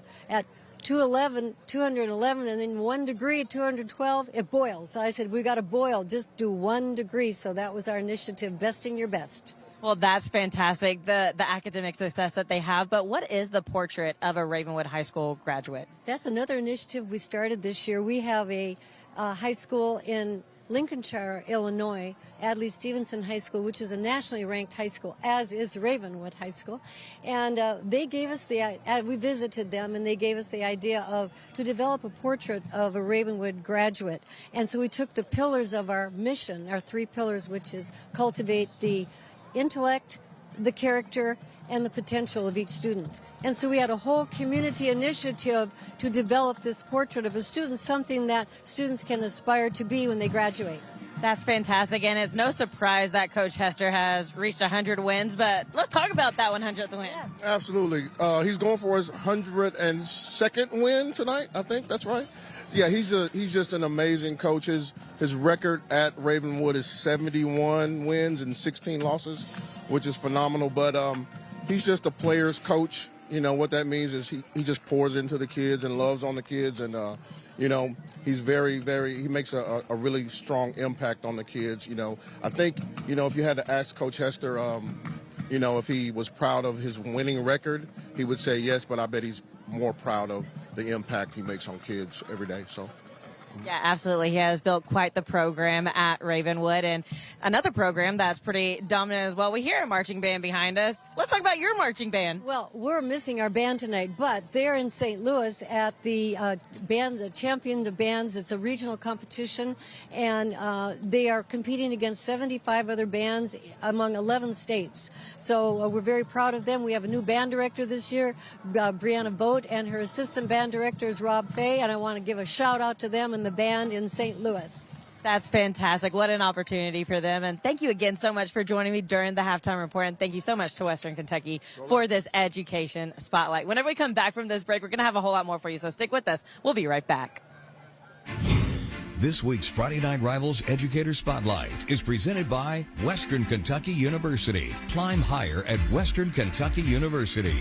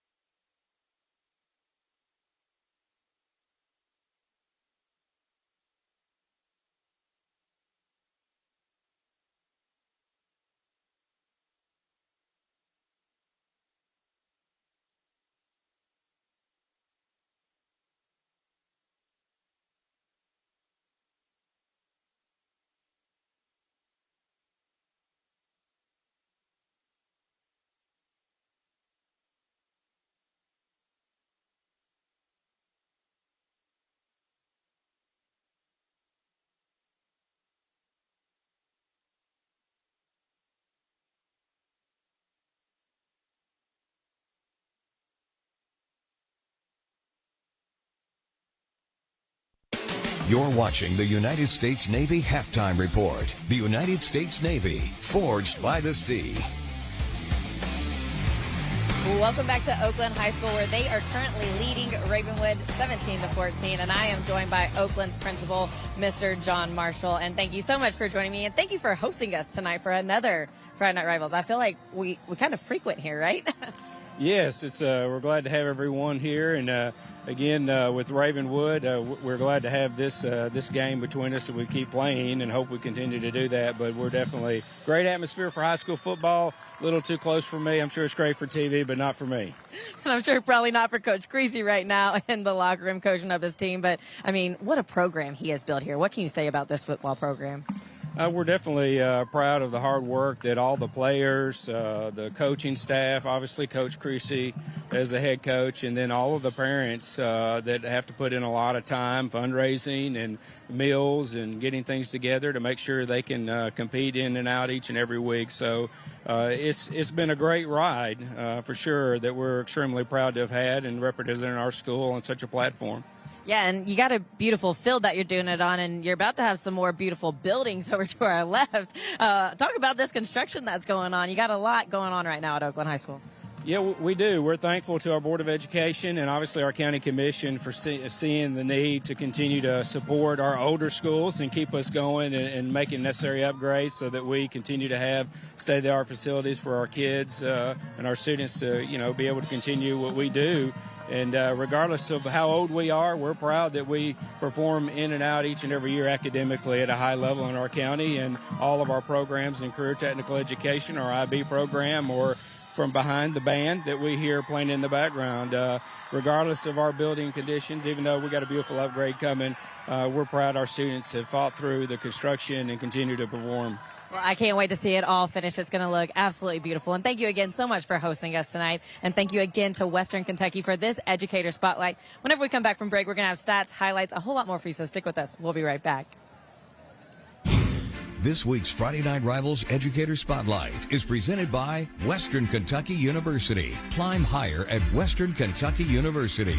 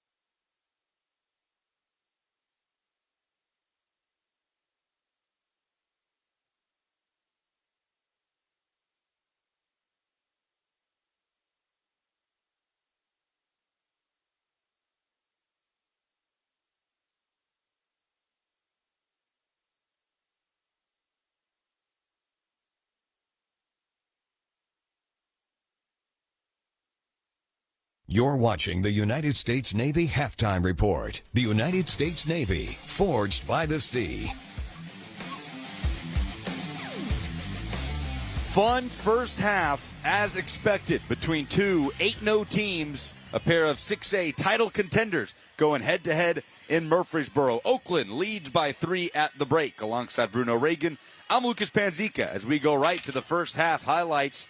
And it was Oakland getting the football first and wasting no time, Bruno. This Patriot rushing offense is the headline, but they get it going in the passing game here with a quick pass to DeJuan Morris. Yeah, Morris, who's our player to watch coming in, takes the screen, shows that he hasn't missed a step. The USC commit gets it down to the 1, and Kyler Creasy with a little tush push to finish the job. The second only team I've ever seen successfully copy it, but they do take a playbook out of the Eagles and convert there on the short yardage. That made it 7-0. Oakland gets a quick stop on defense, gets the ball back, and now Creasy to Bandy, 74 yards. Caught Bandy right in stride, too. Creasy's best throw of the night, and it looked like Oakland was going to run away with it. 14-0, and that took us into the start of the second quarter, where Ravenwood started to get things going, but not until after this tip drill pick by Craig Tutt.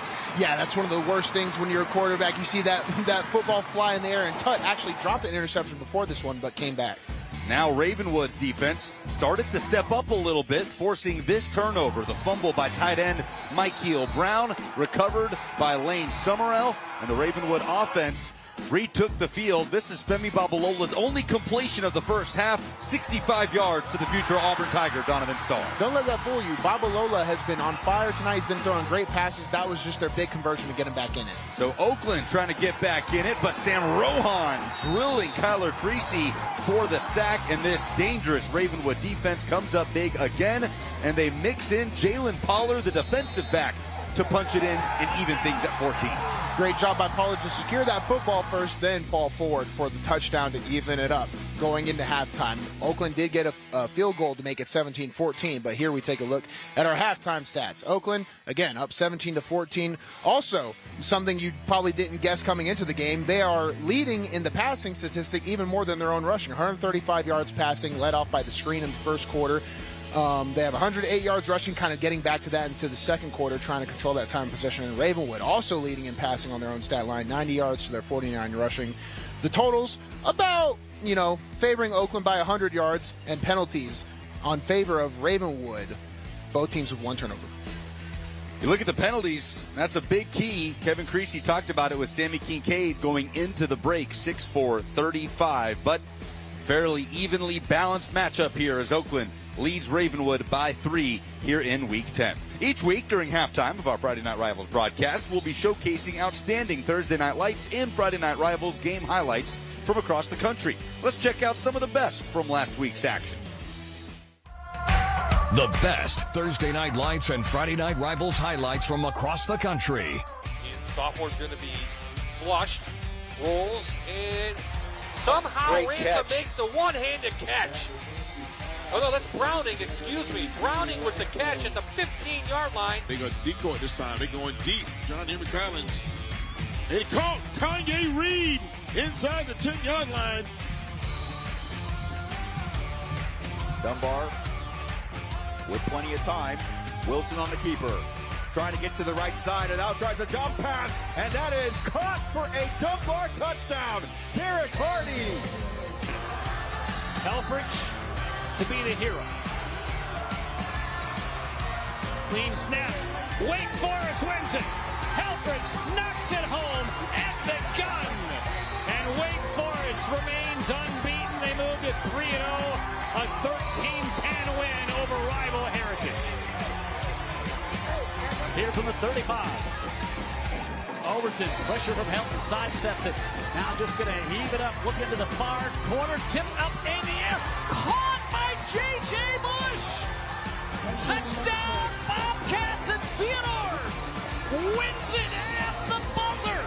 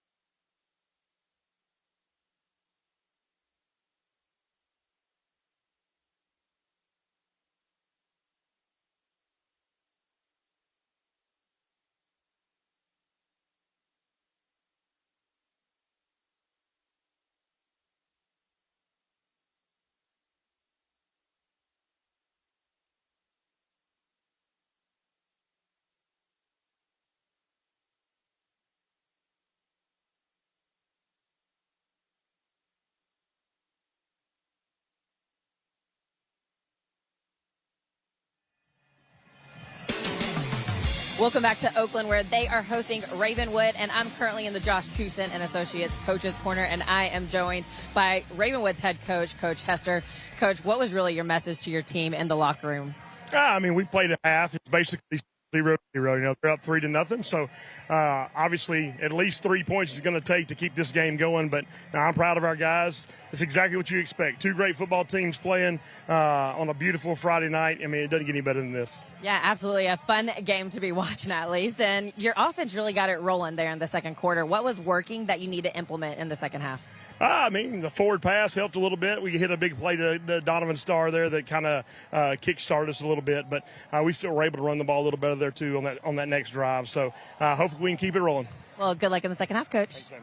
Guys, I'll send it back up to you. Thank you, Sammy. Oakland leading Ravenwood 17-14 at the break. Two undefeated teams in a titanic 6A battle here in Week 10, stepping outside of region play before massive regular season finales next week, Bruno, and what amounts to region championship games for both teams. Ravenwood will take on Brentwood at home, and Oakland, of course, will travel to Riverdale. But both coaches said pretty easy not to overlook the likes of Oakland and Ravenwood on the other side, even though it's not a region game. Yeah, absolutely. And I mean, momentum is a thing in football, you know, from quarter to quarter, play to play, and game to game, right? So if you come in here and lay an egg, chances are you're not going to go into the next week with a lot of confidence. And right now, both of these teams can look at what they're doing tonight and find positives, right? Oakland giving up a little bit of momentum here in the second quarter. Ravenwood obviously coming back after a little bit of an egg in themselves in the first quarter. It's just shaping up to be a great game from two of the top 6A teams in the state. Ravenwood will get the ball to start the second half as you look at Femi Babalola, part of that dual quarterback system that the Raptors run. Of course, he and Maverick Chance, the junior classmates. Babalola 1 for 5 in the first half for 65 yards and a touchdown. And Maverick Chance 5 of 7 for 25 yards and an interception. Chance does lead the Raptors in rushing, but only 20 yards on 9 carries. How do you assess the way the two quarterbacks have played? Well, Chance definitely seems like the Keenan comparison is a good one, right, where he is kind of like the designated rusher. Again, they claim to not run the same style of plays, but it looks like he gets a lot of the G-lead, the gap scheme style stuff. And Babalola, he's sitting there and delivered some pretty impressive balls. Again, only completed one, and that was the touchdown over the top to get them on the scoreboard. So I think both of them are playing pretty well. And it is interesting to see how they are succeeding with the two quarterback system, and it's not just a fluke. They're doing it in a big game. And they have been all year long. Let's go back down to Sammy on the sideline. Sammy, what can you tell us about the injury update in the second half? Yeah, for the Bart Durham injury law update, there is no update to report, so that is the good news, that everyone's healthy. Anyone that got banged up in the first half, they're all going to be back out there for the second half. So that is the Bart Durham injury law injury update. Thank you, Sammy. That is good news for both teams, and you know, a luxury not a lot of teams have at this point in the season in Week 10. Yeah, that's I was very, you know, my ears perked up and I was smiling ear to ear because that's something both coaches, I think, can appreciate. They're not even thinking about it right now, but when you have all your guys available and not hurt, that's a blessing. Now, one quick note, and Sammy talked about it pregame, Oakland is without Quentin Norfolk, who plays punter, plays tight end, plays defensive line for this team. He's out with the knee injury. Kevin Creasy said he's the best all-around football player that we have. So just something to note as we get ready to fire up this second half in Murfreesboro under the Friday night lights. It is a beautiful night in Middle Tennessee, maybe a little unseasonably warm here late in October. We're talking about a 66-degree night under a partly cloudy sky, but fitting as the regular season really heats up with two title contenders going head-to-head here. So Ravenwood will send its offense back out on the field. Oakland finished the first half with a chip shot field goal by Jose Hernandez. They'll switch sides. The Raptors will take it right to left on the road.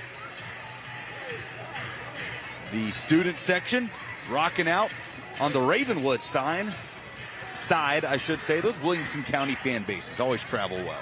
Looks like they're swag surfing, but Guns N' Roses. I think that's something totally new. A mashup we never knew we needed. Ravenwood also trying to avenge a 42-18 loss at home to this Oakland team a year ago. They are 0-4 in the first 4 meetings against the Patriots. As you are looking at Gavin Macias back deep to receive, but they're going to move Donovan Starr up the field and smartly as Oakland pooches it right to the Auburn commit. And he's trying to flash that speed around the left side and just scuttles out of bounds at the 30. Nifty move by Ravenwood to rearrange some pieces back there and try to get Starr the football. He's a dangerous player on the kickoff return. Saw him haul in a 65-yard touchdown in the first half to put Ravenwood on the scoreboard.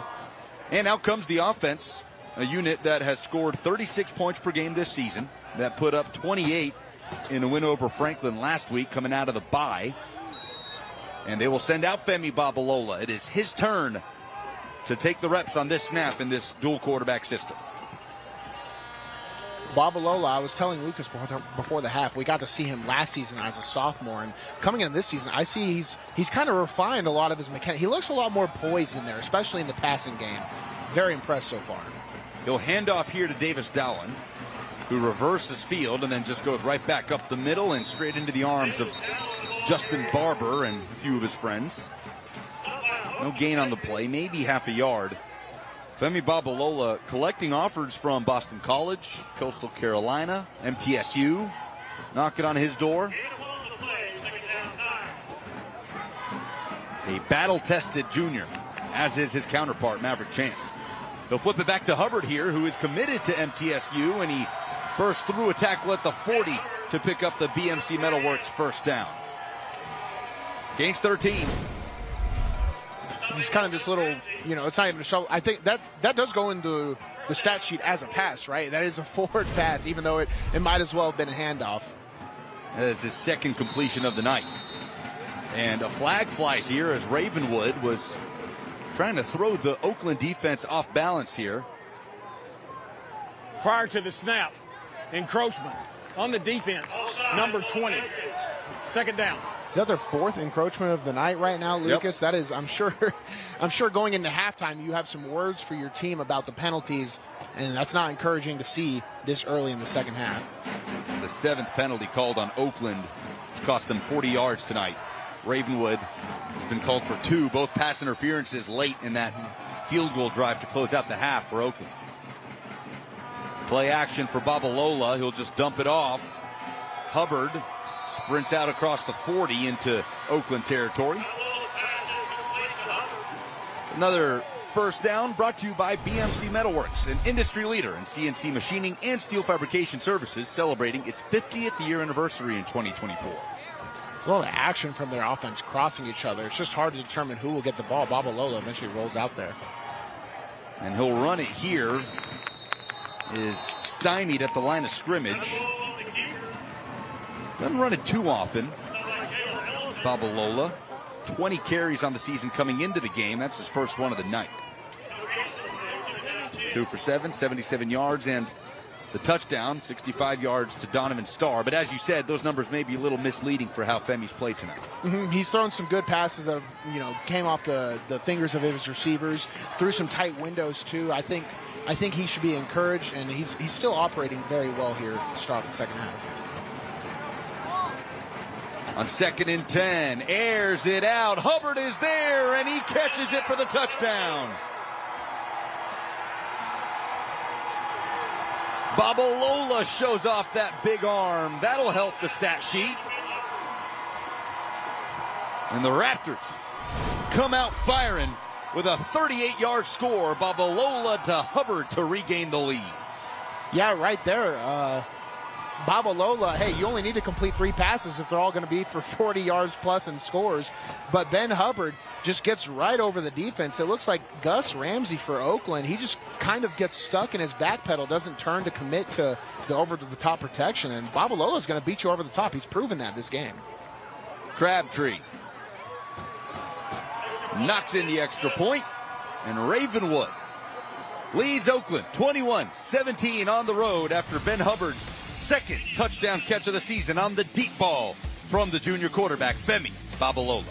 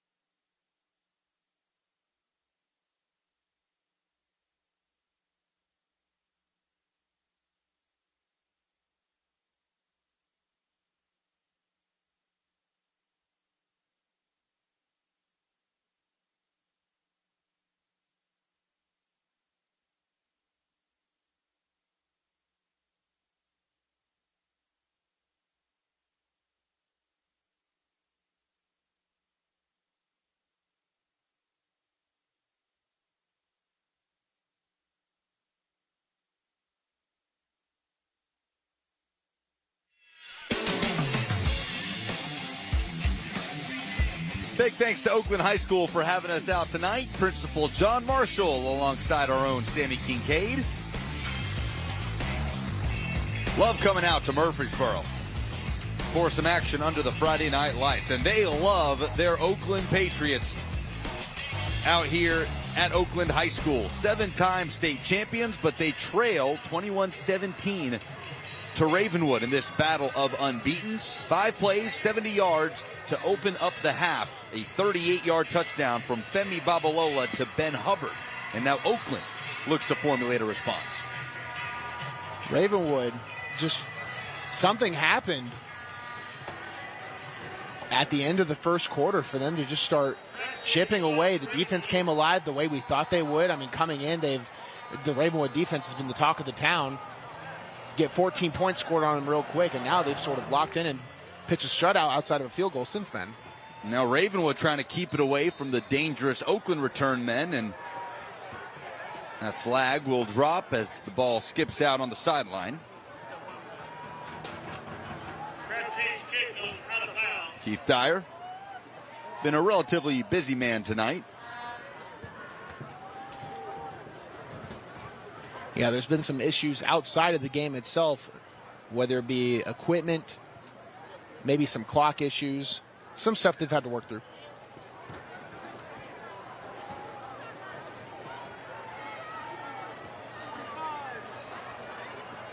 We got a free kicking infraction on the kicking team. 5-yard penalty, re-kick.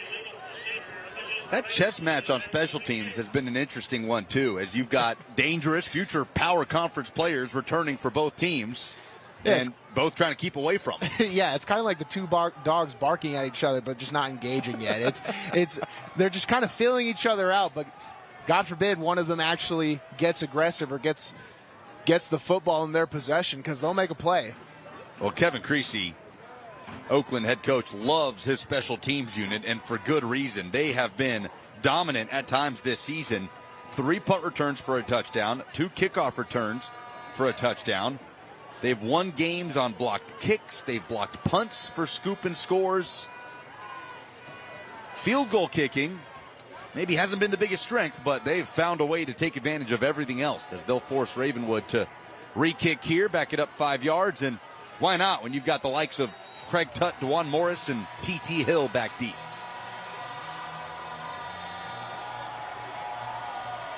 See what Crabtree elects to do here. He'll skip it right down the middle of the field, and there's another flag on the kickoff.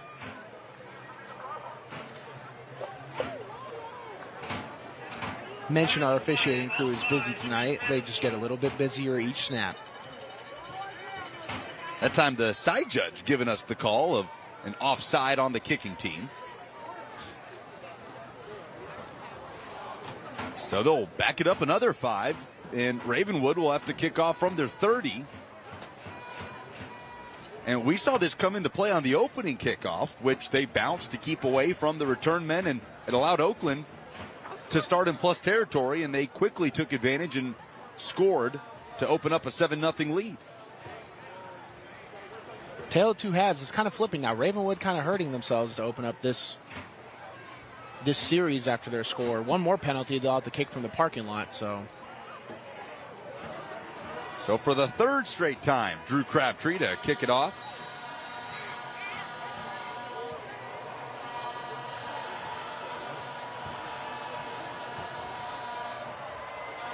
And this one, he'll just blast deep. Caught Craig Tutt off guard a little bit. He's got to catch it on the bounce at the 7. And Tutt is met at the 15, shakes that tackle, and dragged down eventually before he reaches the 30. So there you go. There's that chess match. Craig Tutt makes something out of it, but Ravenwood hits it over his head. Tutt only had one man to beat, but now the Oakland offense will come out not as favorable field position as they want, led by Creasy. Tonight, 5 of 8 for 135 yards and 1 touchdown. The senior. He's got 14 passing touchdowns on the year, only 1 interception. The coach's son got healthy in the offseason, bulked up to lead this Oakland team back to the 6A state championship where they fell last year, ending a run of 3 consecutive state titles. Tutt right up the middle. Lane Summerell is there plugging the gap. Number 5 on that Ravenwood defense, a tackling machine, according to his head coach. The co-leader in tackles for this team alongside number 7, Matt Anderson. Ravenwood defense picking it up as the game has gone on. Typically when offenses find success early, it kind of avalanches and snowballs, but Ravenwood, being an exception to the rule right now, they've sort of locked it down as the game's gone along. It's about a half-yard gain. They'll go to Tutt right up the middle again, and he is just chased out and driven out, first by Sam Rohan up the middle, and then the rest of the Ravenwood defense saw him out at the sideline, and Navy gained another half-yard on the play. Yeah, Tutt coming up with the unfortunate lose 10 yards, but also lose control. He's able to reclaim all the yards he lost from forward progression and makes it at least a 3rd and 11 or 12 rather than a 3rd and 20. Oakland showed that they can still hit it over the top, so they're not entirely out of the passing game with Creasy. And they certainly did on that 74-yard touchdown to Chase Bandy to take a 14-0 lead. This time they'll just screen it out to Hill, looking for the yards after catch as he bundles forward to the 35. Stop made by Starr. Makes it 3rd and manageable for the Patriots. I can feel the frustration because from a blocking standpoint, and I've been saying this about Oakland, there's just a lot of pitter-pattering with their feet. Go out there and create contact right there. Let Hill or some of your better athletes give them some space to move. There's just a lot of passivity from Oakland. It's kind of uncharacteristic. Correction, it's 4th down for the Patriots, and they're going to go on 4th and 3. From their own 35. Creasy barking out the hard count.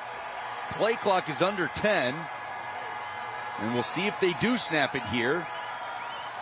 Kevin Creasy calls his first time out of the half.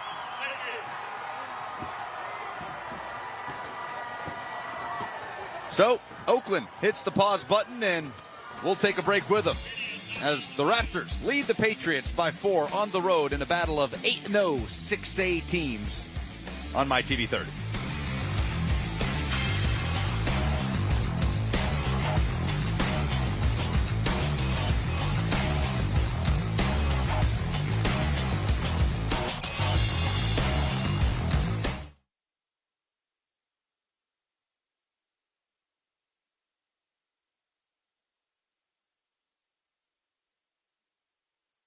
Welcome back to Oakland, hosting Ravenwood, and I am pleased to be joined by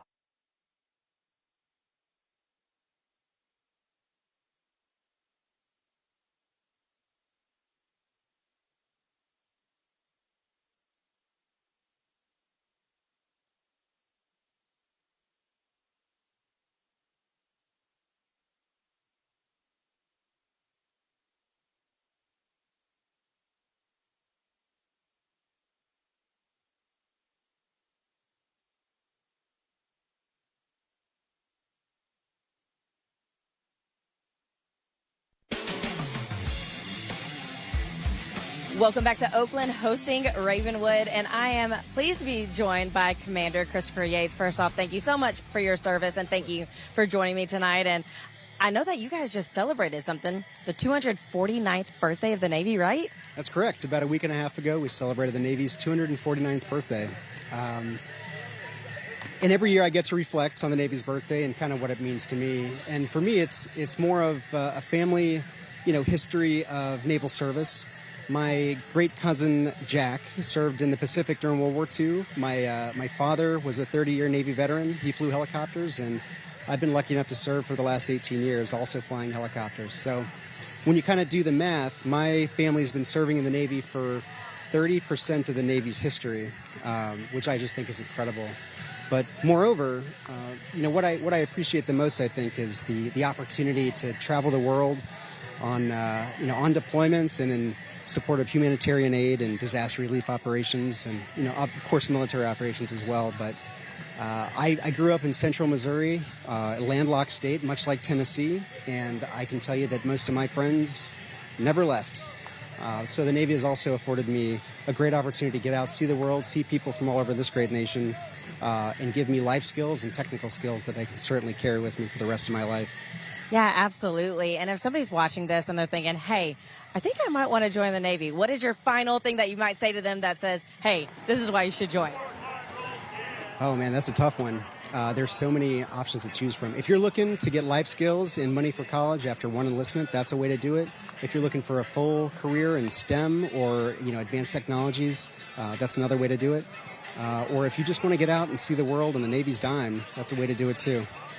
Well, thank you so much for joining me, and thank you again for your service and your family's service. And Lucas, I'm going to send it back up to you in the booth.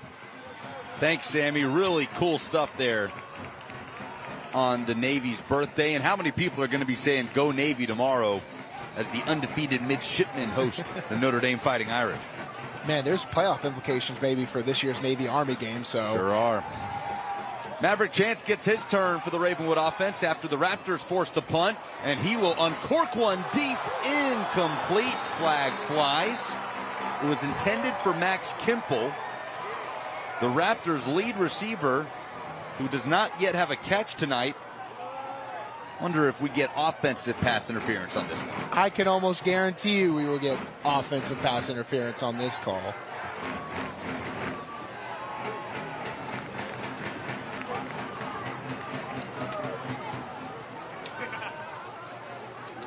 Here's Keith Dyer. Play. We got pass interference on the offense. That's a 15-yard penalty. First down. You can see the senior Max Kemple there. He gets that's about as egregious as of a push off as you can get. The arms start in right to your chest, and then you extend out to create that space. It is a good call, and it backs Ravenwood's offense up to first and forever, I believe. I'll let Lucas try and discern this down and distance. The line to gain is the 42 as Ravenwood snaps it from the 17. So here's first and 25. Quick screen. Hubbard using that speed as he is pushed out of bounds after the original line of scrimmage. Does well to pick up the yardage loss to the penalty. Good job by Chance and Hubbard to essentially mulligan their series here. We'll make it a 2nd and 8 on this one. Good lead blocking there to get Hubbard out in the space, able to recover a lot of these yards. A little 17-yard catch and run.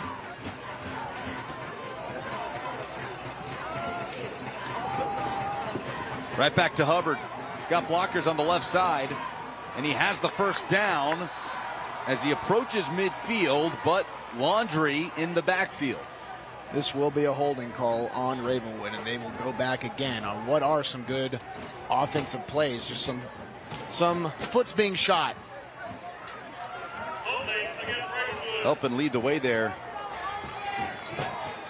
During the run, we have holding on the offense, number 15.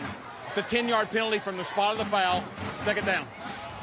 The left side of your screen right there. Yep, number 1 for Oakland getting blocked by number 15 for Ravenwood, Longley. Longley just gets the inside of his pads, but he is attached and he's restricting movement on the chest. That's going to get called every time. So that makes it 2nd and 14. 10-yard spot foul. Maverick Chance calls his own number. And the ball's out. Oakland says it's theirs. And it is. The Patriots force a turnover. Caleb Ellison, the Furman commit, coming up huge on that defensive series, just punching it away from the junior quarterback. We see the ball. It gets extended right there. You have to keep it high and tight if you're running a Chance. That's a mistake he'll want back. The knee doesn't get down in time, and that is a fumble that Oakland recovers on their side of the field. The offense getting ready to start this new series. Check that. Taurus Allen gets credit for the forced fumble. And Oakland's offense is right back on the field with the handoff around the right side as the Patriots mix in Kamani Bass, the sophomore. That's his 21st carry of the year. And Kevin Creasy loves to spread the ball around to his playmakers. Let's go down to Sammy Kincaid on the sideline. Hey guys, I was just listening in on the Ravenwood sideline. It was pretty quiet earlier, and they're very energetic over there now. But the big message is, hey, they aren't going to blow it quick. Don't wait for the whistle. Get on the ball. They're trying to play a lot faster, but as you play faster, you also have to take care of the ball, which is where they found themselves there. Yeah, thanks, Sammy. And this is not an offense that you want to hand the ball to in plus territory.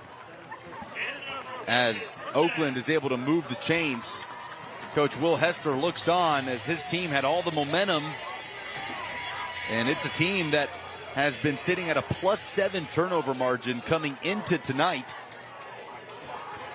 And the Raptors have turned it over twice. The physicality of the game is starting to affect both of these teams. It's kind of like two billy goats ramming into each other. Whichever one can kind of keep their composure going into these last drives, that's what will pull away. Tamari Hill's turn. Up the middle. And the pile gets him across the 15. The senior with offers from Georgia Tech, Memphis, Vanderbilt, West Virginia, among others. Do you have a pitch for him to join your red-hot Vanderbilt Commodores? Yeah, watch the game tomorrow when we take down Texas at home. You'll want to join. There is precedent for that this season. Here's 2nd and 5. Sorry, I was going to say, plus they got good cookies in the student hall. Promise. That's the real reason. Coming around the right side. That's Hill again. No, correction, that is Bass. And he gains a couple. These Oakland rushes right here that you've seen kind of get 2 to 3 yards against this Ravenwood defense, now they're starting to collect 4, 5, even 8. I wouldn't be surprised if we get some explosive plays here, but they're doing a good job of staying ahead of the chains, and now we get a 3rd and manageable where you can get into 4-down territory as well. No, Summerall on the stop. This is 3rd and 4. Right up the middle. This is Hill, and he's got the first down. Presented by BMC Metalworks. It sets up 1st and goal at the 5.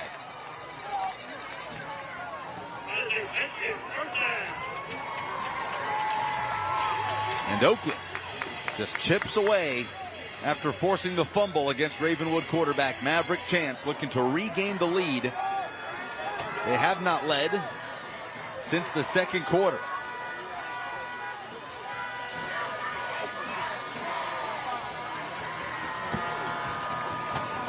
Up the middle. Hill bouncing off tackles. Flag flies as the pile pushes into the end zone. And they're going to rule him down at the inch, but we'll see if it comes back.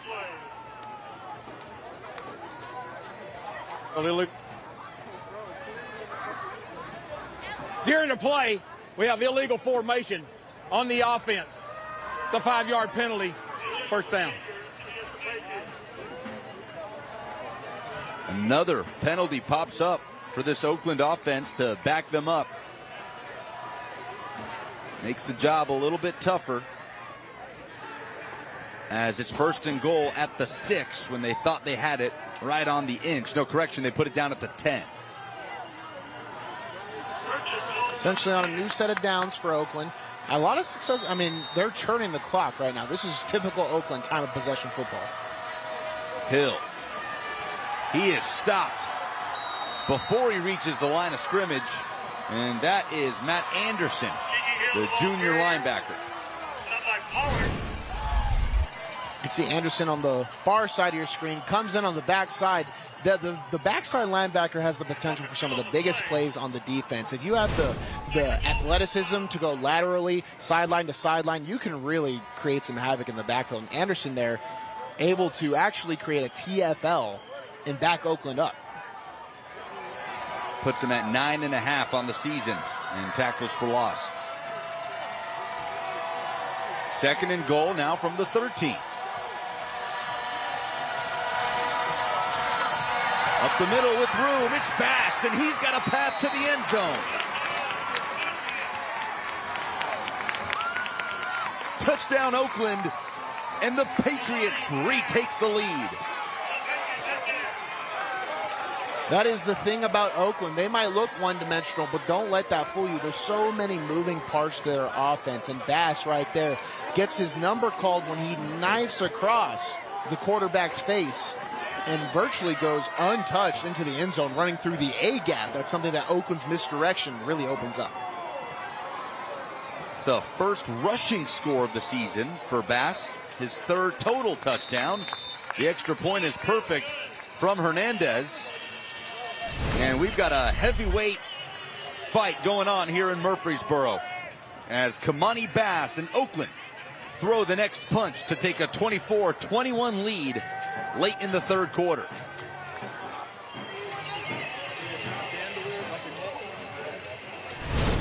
So that gets this Oakland crowd back into it.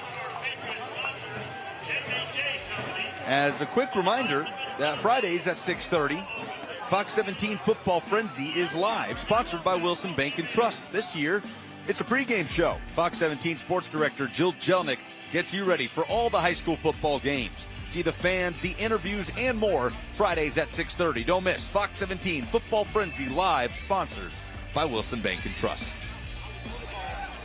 Just a reminder, as Ravenwood is set to receive, expect junior quarterback Femi Babalola to come out for Ravenwood. Maverick Chance had the fumble on the last series. Now, Babalola responsible for 14 of Ravenwood's points tonight, both over the top, big, explosive touchdown passes. Ravenwood will look to him to get back in front. As the Patriots will kick it off.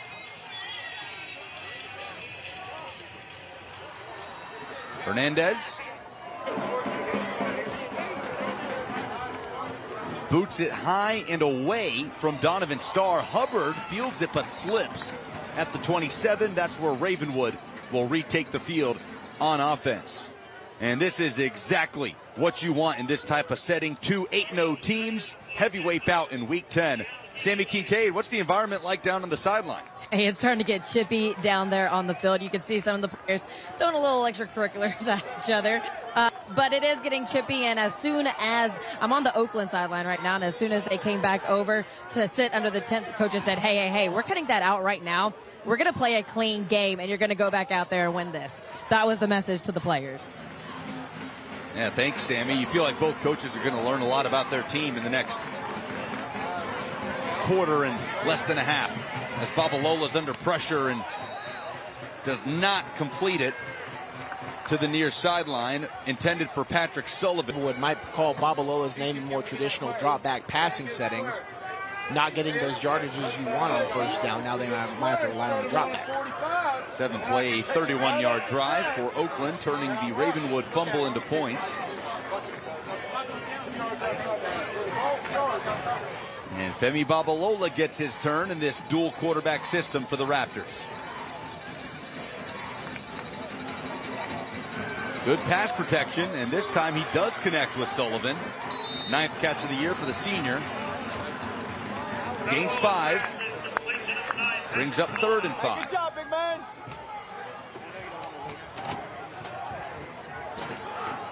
Dangerous spot for Ravenwood in the sense that you know, Oakland's starting to reclaim some momentum, and now you have a chance, especially for Oakland. I mean, you could force Ravenwood on a 3 and out and get the ball back with good field position again.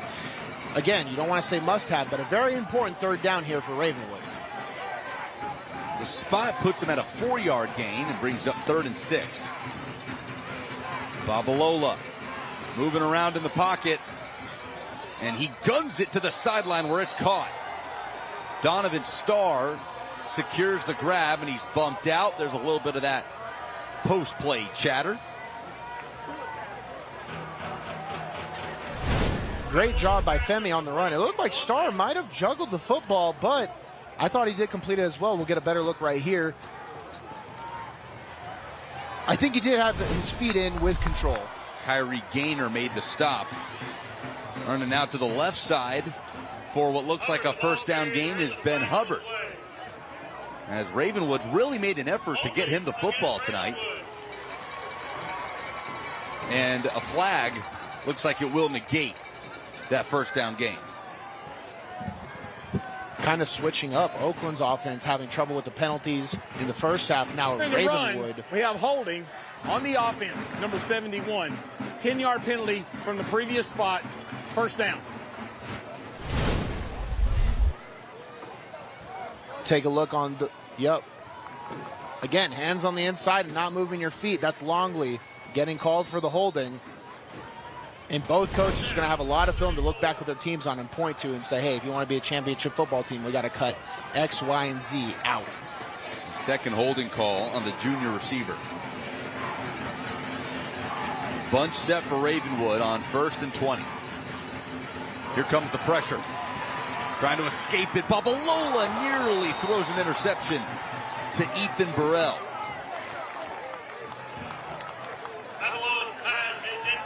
You can see Babalola fall for a very common disease in football called a little bit of do-much-itis, where he's trying to scroll out of the pocket and gets a lot of pressure on his backside near his throwing hand. He throws across his body. All those kind of set a recipe for disaster with Oakland almost getting the near interception from number 20 Burrell on their side of the field. Want to make sure you take care of that football. 2nd and 20. Babalola wings it out to the right side, and that one thrown into a dangerous area, but tipped up and incomplete. That time it was Kyrie Gaynor, who does have 3 interceptions on the year, in on the coverage against Ben Hubbard. Actually, a perfectly thrown ball, albeit dangerous. Babalola is getting a little bit riskier out there. But again, those are balls at the highest level of football you would expect caught, Lucas. 3rd and 20. This Oakland crowd starting to get on its feet. Trying to get the Patriots the ball back. Babalola needs a big chunk play here, but he throws that one into the turf, and it brings up 4th and long. Yeah, there are no good play calls for 3rd and 20. I mean, you just got to call what you can and roll with it, and hopefully there's a busted coverage, but Oakland not keen to make too many mistakes. We've seen a few tonight, but they're able to hold and get this series out, and we would assume set up great field position for their offense. So out to punt is Drew Crabtree.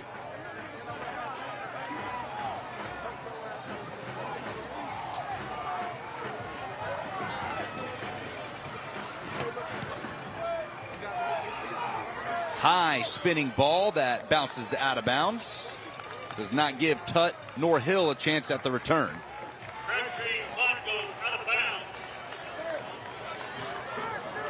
Coming up in the 4th quarter, we'll give you the Bart Durham Player of the Game, and there are a few candidates in this one. With over 2 minutes to go in the 3rd, Oakland gets it back with a 3-point lead. Big occasion. A couple of 6A state championship contenders meeting in Murfreesboro. Happy to be here. Alongside Bruno Reagan, I'm Lucas Panzica. Sammy Kincaid on the sideline on the Tennessee Army National Guard's Friday Night Rivals, presented by Bart Durham Injury Law. And off up the middle, going nowhere. 104.5 The Zone in the house as well, calling the game on radio. As Will Bowling is sharing the booth with us tonight. And that carry went right up the middle for a yard, with Mykel Brown, the tight end, getting the give. Kevin Creasy told us this week, we'll sneak him the ball every now and again, trying to catch defenses off guard. Oakland not too urgent with their operation, but not using the entire clock either. Going right up the middle again, flipping over the pile is Hill. Gains another 1 or 2, depending on the spot. And that's going to make it 3rd and 7. Ball placed right underneath Oakland's 40-yard line. 2 runs up the middle for only about a buck or 2 each. Sets up a 3rd and long for Oakland. Ravenwood, we've seen what they can do when they can put their ears back in pass rush. Gracie looks right, throws that way. It's complete. Bandy trying to spin off tackles, and Ravenwood has to gang tackle and out of bounds. There's a little bit of that chippiness Sammy was talking about. No flag. It's not enough for the 1st down, so it brings up a 4th and 4.5 scenario for Oakland. who looks like it's going to keep the offense on the field, but Kevin Creasy does have the ability to let this thing go to the fourth quarter. Right there for Ravenwood, the tackle made again by Matt Anderson. I think it was a really well-blocked play actually there by Oakland, but Ravenwood just played essentially perfect defense. They're going to get him on the ball here. 7 seconds. Creasy barking out the hard count. And we have a fun finish in store out here at Oakland High School. The Patriots lead the Raptors in the battle of unbeatens. Oakland up 3 going into the final frame.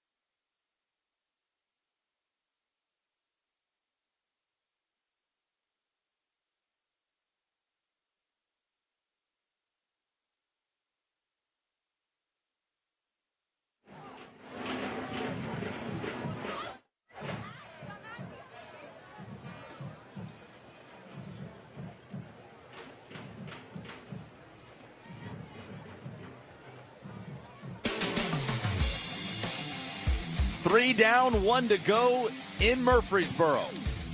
And if it's anything like the majority of this game, it's going to be a fun final 12 minutes out here at Oakland High School. Welcome back. Alongside Bruno Reagan in the booth, I'm Lucas Panzica. Sammy Kincaid pacing the sidelines downstairs as Oakland will send out the punt team on this 4th and 4 on their own 42-yard line. So Ravenwood seemingly coming up with a big stop. They're going to keep the defense out there just in case, and that is a high snap for punter Matthew Moore to deal with, and he does well to keep it bouncing at the 5. It is down at the 1.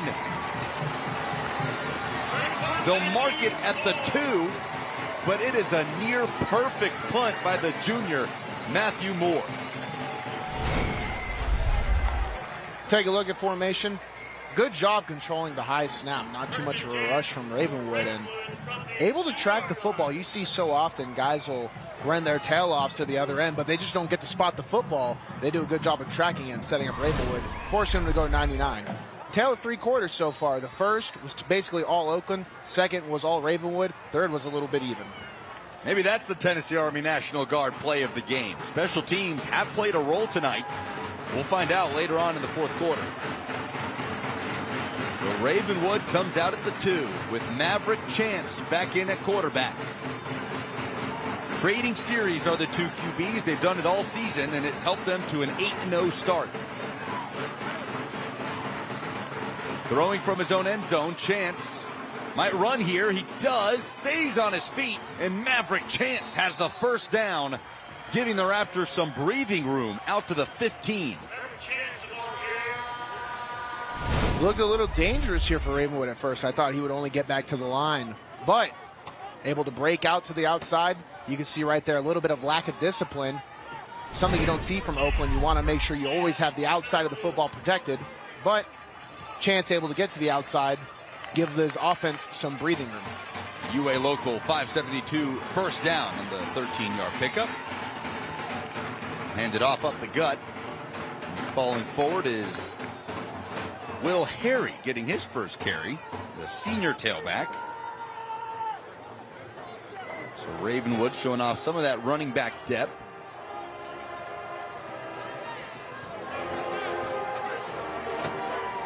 Raptors trailed 14-0 after the first quarter, and then battled back, scoring 2 straight touchdowns in the second to tie it up at 14. Oakland with a chip shot field goal to take it into halftime with a 3-point lead, and then Ravenwood scored to open up the third, and there is a heck of a sidearm out to Patrick Sullivan, the 19-yard line. It only gains about a yard, but my goodness. The most impressive foot you'll ever seen gain in football right there. Risky, but hey, in a game of inches, maybe that foot could be the difference to continue this series as we go to third and about 7. Maybe it's the Tennessee Army National Guard play of the game. Who's to say? 3rd and 7. Another sidearm, that time to Hubbard. He drops the football, and they will not rule that a fumble. Incomplete. Oakland thought they might have had another turnover. Yeah, if the ball takes a track backwards from the initial throwing point, that would be considered a lateral, and even if it's incomplete, a live ball.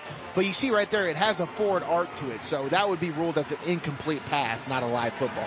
Would have been tough for Hubbard to get the first anyway, with Oakland defenders hovering over him, and after getting 1 first down, the Raptors are going to have to punt it away from inside their own 20.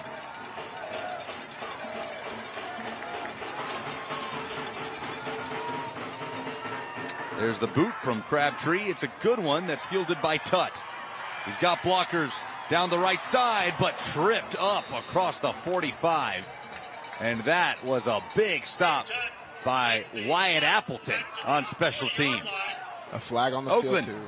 Has it up 3 on the Tennessee Army National Guard's Friday Night Rivals, presented by Bart Durham Injury Law on MyTV 30.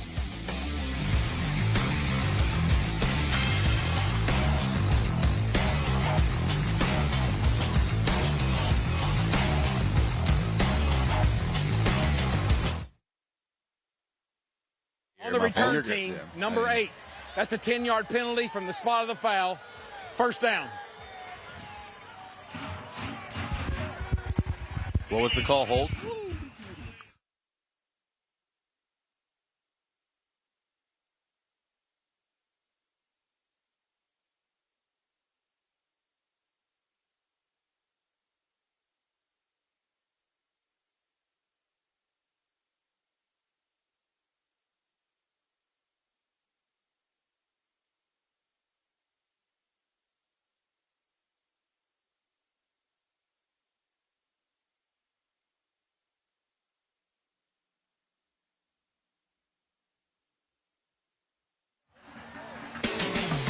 Oakland gets it back up 3 at home as we pause for financial literacy with Wilson Bank and Trust. In football, every play counts. One missed block or one bad pass can lead to the game slipping away. Staying ahead is crucial when it comes to your finances too. Taking on too much debt or overextending yourself with payments can put you in a tough spot, making it harder to achieve your goals. With the right game plan, you can get back on track. At Wilson Bank and Trust, we're here to help you avoid costly setbacks. Whether it's managing debt, setting up automatic payments, or finding the right loan, we've got your back. Your financial strategy shouldn't depend on a Hail Mary. Let's craft a game-winning financial strategy that fits you. Visit Wilson Bank and Trust today, and let's win this game together. Oakland takes over at midfield after a block in the back penalty negated some of the return yardage on the punt by Craig Tutt. But still excellent starting field position for this Oakland offense with a 3-point lead and 10 minutes to play. And there's some running room up the middle for Tamari Hill. He gets the Patriots down to the 44-yard line, gain of 6. And this is where the strength on strength aspect comes up. Oakland up 3, driving to try and take a 2-score lead against a Ravenwood defense that, again, coming into today, had allowed 7 points in their last 4 games combined. Yeah, Lucas, an unstoppable force is meeting an immovable object, and something's got to give at this point, so it's just science. It's just science.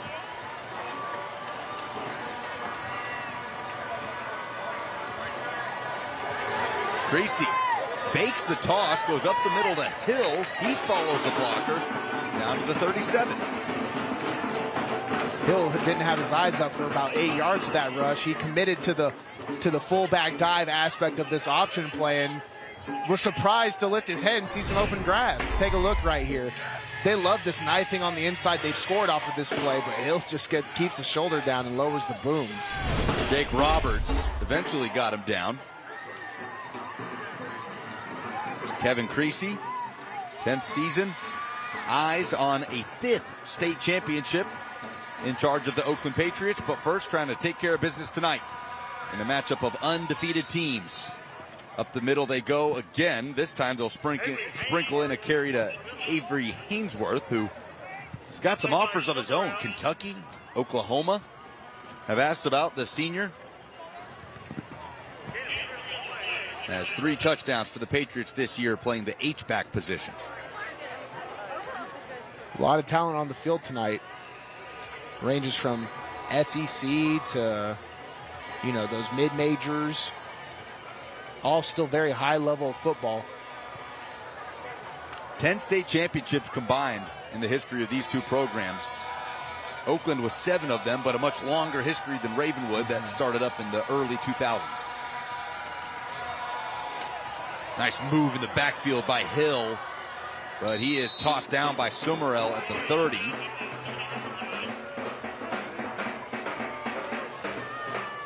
And that will bring up 3rd and short for this Oakland offense. Making it 3rd and 3 at the 30-yard line. Ticking into the last 7 minutes of the game, you can kind of see a lot of hands on hips and catching of the breath. The physical aspect is going to come in. Who's the more conditioned team? Who's ready for these sort of moments going into playoff time? And that's what you want, right? If you're these coaches, you're going to be playing teams, maybe not even to the level of this caliber, but what better way to prepare you for a postseason run? Oh, absolutely. If I wasn't in this booth forced to be professional, I'd be salivating right now. I love it. I love it. 3rd and 3. Hainsworth again looking for the tough yards, and he's not going to have the first as he picks up 1, maybe half a yard. It brings up 4th and short. And Kevin Creasy isn't going to hesitate on this one. Talking to his son Kyler, who's been hanging out around this program since he was 7 years old when his dad took over as the head coach. And hard to find a stronger connection than that. Head coach and father talking to his son and quarterback. Creasy giving some fired up advice to Creasy. Let's see how Creasy handles it. 4th and 2. The direct snap. And slammed in the backfield. Driven back. Turnover on downs. Making the hit was Pollard. Number 4 for Ravenwood. Looking like his father, Bernard, who had a long NFL career, some time with the Titans, as he drills Chase Bandy in the backfield.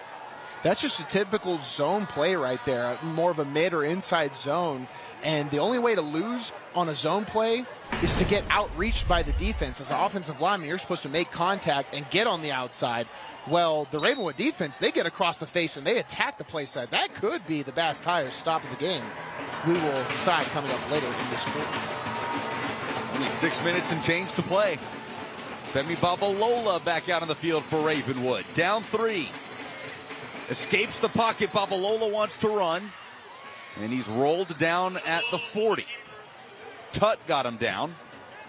And Ellison finished the job. So that makes it 2nd and short on the scamper by the junior quarterback.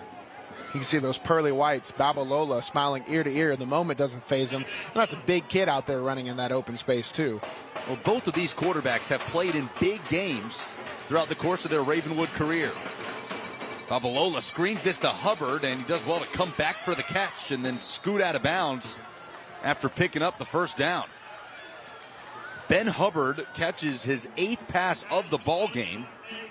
That puts him over 100 yards for the night with a touchdown, the 38-yard score that put Ravenwood up 21-17 in the third. So Hubbard, right at about his season mark in receiving, came into the night with 16 catches for 103 yards and no touchdowns. Yeah, and it's kind of good that they're getting their guys, activated as they needed to. So Hubbard is a guy we saw last year really have a lot of production. It's good to see him start to, pick up the production going into the, I guess, money games you could call them. Babalola over the top. That falls incomplete. Sailed over the head of Starr. And Kyrie Gaynor was there waiting for his 4th interception of the season. The Ravenwood sideline happy to see that bounce off the turf here at Oakland. I've given Babalola a lot of credit on his throws tonight. 7 of 15 for 147 yards, 2 touchdowns on 2 explosive passes over top of the Oakland defense. But right there, kind of got away with one. Here's the option, and the pitch goes over the head of Dowland. He's able to pick it up on the bounce, but he's drilled into the ground by Dre Oldham. The senior defensive tackle comes up with the TFL. And that's a big loss for Ravenwood, but fortunate, again, to avoid the turnover. Number 21, Dre Oldham, is just unblocked on the backside. He tracks us on the other side. That shows how important effort is. If you're an unblocked guy, you got to cut across the angle and be the backup guy. Control the outside. But right there, he makes the play to set up 3rd and 15. Babalola looking deep, has his man, it's caught. Spinning across the 45 and into Oakland territory is Max Kimple. Will Hester calls him the security blanket for this offense. He's the lead receiver for the Raptors. That's his first catch of the day, and it couldn't have come at a better time. Starts with great pass protection, great pass. He hits the circle button here about 4 times in a row and is about to get free. But Kimple with the big play for Ravenwood to extend this drive. Only 4 minutes left to play, down by 3. A UA local 572 first down on 3rd and long. Getting into crunch time here in week 10. This is Pace behind left guard. Stopped as he crosses the 35.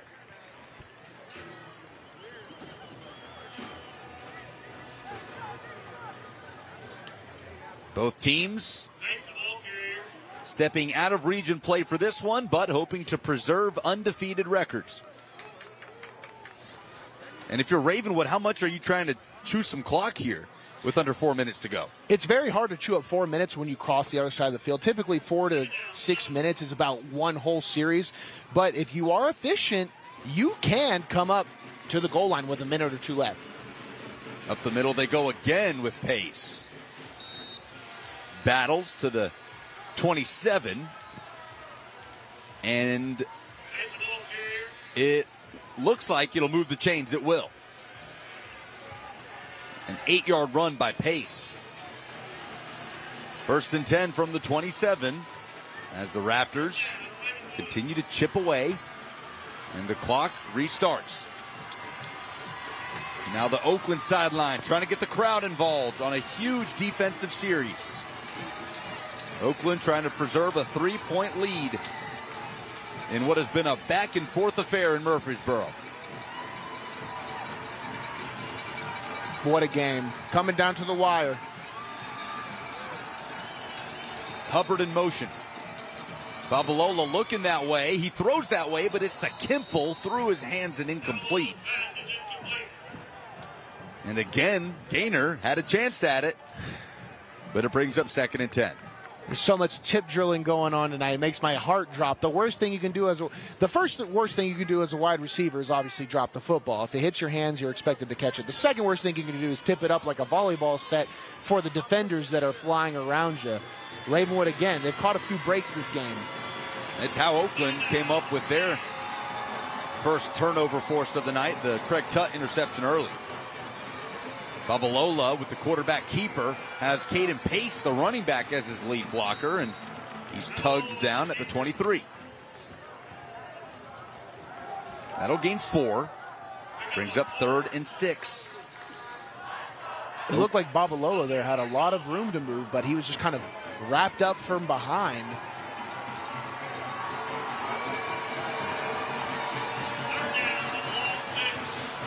It's a long 6. The junior over the middle, overthrown, incomplete. That time was looking for Longley, and that stops the clock and brings up 4th down. Looks like the field goal unit is coming out to try and even out our score with 2.5 minutes left. It's a 41-yard attempt, and Carlos Guerra is going to get a chance at it. He's the man with the big leg. And this is to even the score.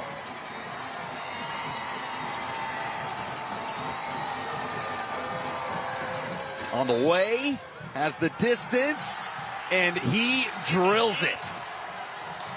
Tied up at 24, Carlos Guerra, the junior kicker, does his job, and we are level again with 2:22 to go.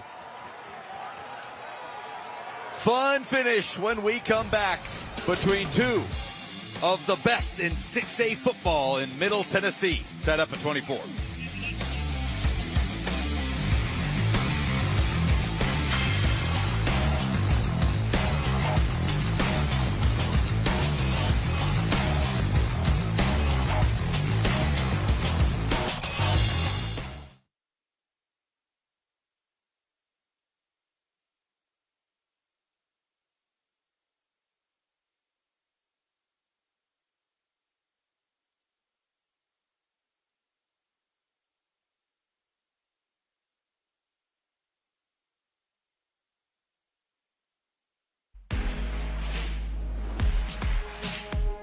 Some new things we have going on at JHA, we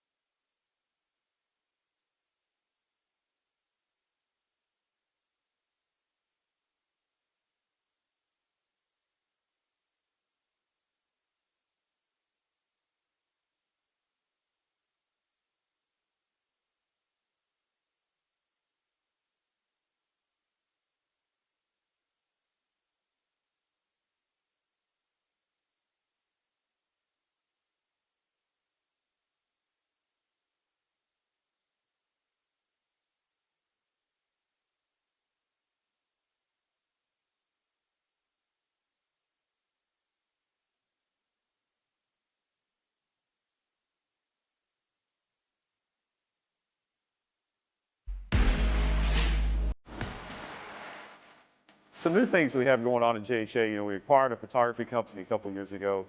We've really gained traction and built that out. We've added a new high school, so that's kept us busy in the summer with seniors, rising seniors coming to our studio.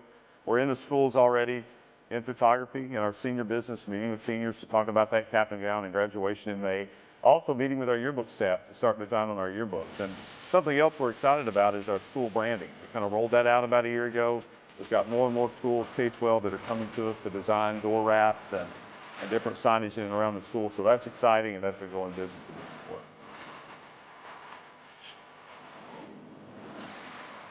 So our company's different from other competitors in the space because we're truly a one-source scholastic recognition product company. Most of our competitors have different contractors in each kind of given division, and we bring that all in-house where we're handling everything with the school. Our schools enjoy that.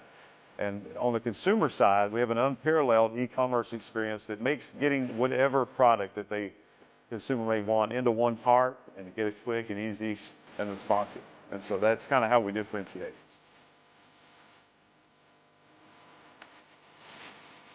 schools partner with us because they trust us. And it's taken us decades to earn that trust. We don't take it for granted. I've got a couple of decades of experience. We've got team members with decades of experience. So we've got a combined team that is just robust. We've earned that trust over time. We enjoy our relationships, and we work hard to preserve those with our schools.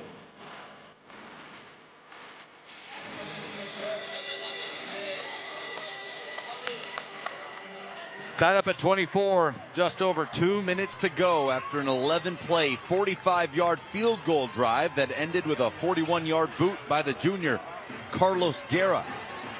All back with the chance to drive for a potential game-winning score. Alongside Bruno Reagan, I'm Lucas Panzica, Sammy Kincaid on the sidelines. Week 10, 2 undefeated teams. Gorgeous night in Murfreesboro. It just doesn't get much better than this. Crabtree. End over end. And the first touchback of the evening. Remember, Fridays at 6:30, don't miss Fox 17 Football Frenzy Live, sponsored by Wilson Bank and Trust. This year it's a pregame show. Fox 17 Sports Director Jill Jelnick gets you ready for all the high school football games. See the fans, the interviews, and more Fridays at 6:30. Fox 17 Football Frenzy Live, sponsored by Wilson Bank and Trust. Fun week in store next week, and we'll see this Ravenwood team again in the Battle of the Woods as they host Brentwood. But first, 2:22 to go here, up the middle. Tamari Hill across the 25. Battles for 6, maybe 7 yards. Brings up 3rd and 3. There's going to have to be a sense of urgency here for Oakland, as they have the downs, but they don't have the time to operate the way they want to. It's going to be unusual for them to kind of play a little bit of hurry up, going under the 2-minute mark now. Been so evenly matched tonight. Ravenwood with 307 yards of total offense. Oakland with 318. Make it 321. As that's Tutt falling to the 30, just enough to move the sticks with a 3-yard gain and a UA Local 572 first down. The premier trainer of workers in all aspects of the piping, plumbing, welding, and HVAC industry, UA Local 572. See Christ having to go get the play, come back to the huddle. 1:30 only left with a lot of field to cover, 70 yards to be exact. Could come down to an overtime game. 2 timeouts. Creasy's going to throw, and he'll throw it away. Looked like he had 2 reads in the middle of the field there and made the quick decision. Yeah, Ravenwood just played extremely soft coverage with their high safeties, and they were trying to take it over the top. So the second they showed that Ravenwood was getting a little bit more back and not biting on it, they just threw it out of bounds, trying to see if they can take one. Well, it stops the clock at 1:17, and now Will Hester's probably thinking about getting the ball back with all 3 of his timeouts.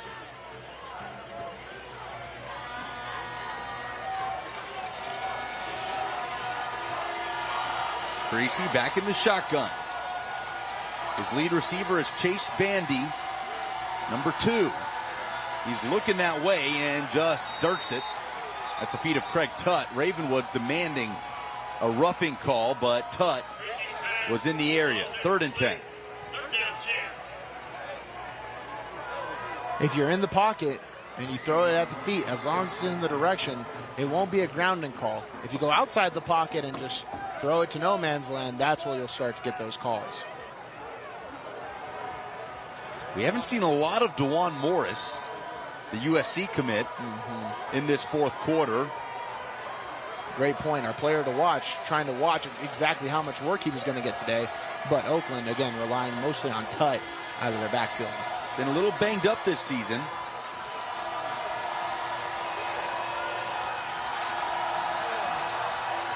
Big 3rd and 10, and Oakland understands the importance as Kevin Creasy takes his 2nd time out to discuss it.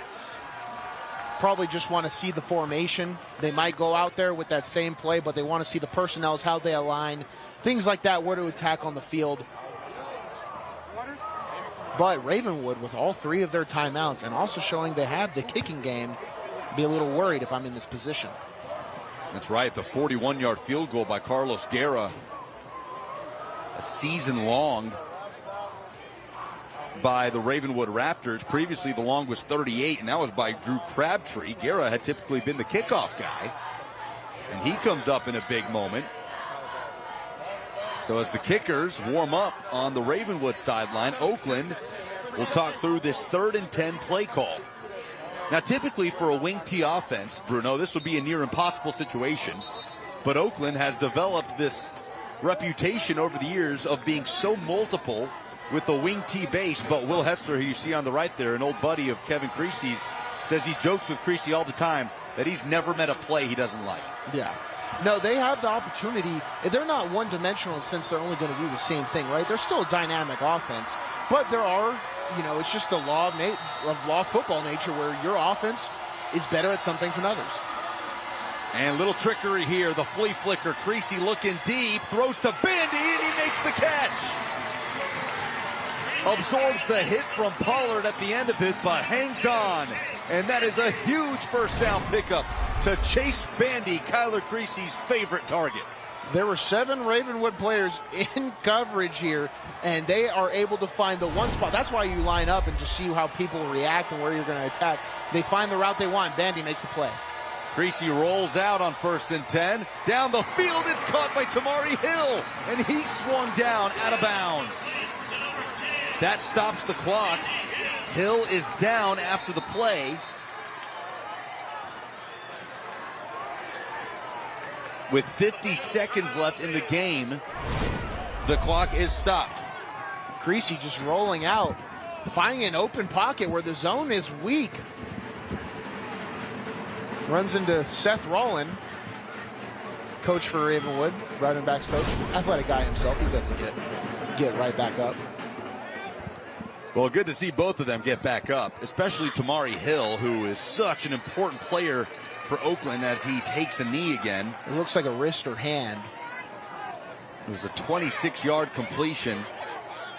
And Tamari Hill, who has not played since week 5 against Blackman before tonight, so he's missed 3 games, has well over 600 yards of total offense, 7 total touchdowns this year. Such a weapon with multiple power conference offers will come off the field. And, if you're Kevin Creasy, the last thing you want, even if you win tonight, is for it to come at a cost of one of your best players, as, of course, it's not a region matchup tonight. Absolutely. I mean, coming in, that was one of the talking points, was the 3-headed monster where they're all, seemingly going to get reps and be healthy. It would just hurt to lose one, especially at this point in the season. But Oakland, now with 50 seconds left, are they going to play to still be aggressive and go for the score? Or you see a lot of people kind of take their foot off the gas and set up for the field goal. After the 26-yard gain, Creasy looking and flings it out of bounds.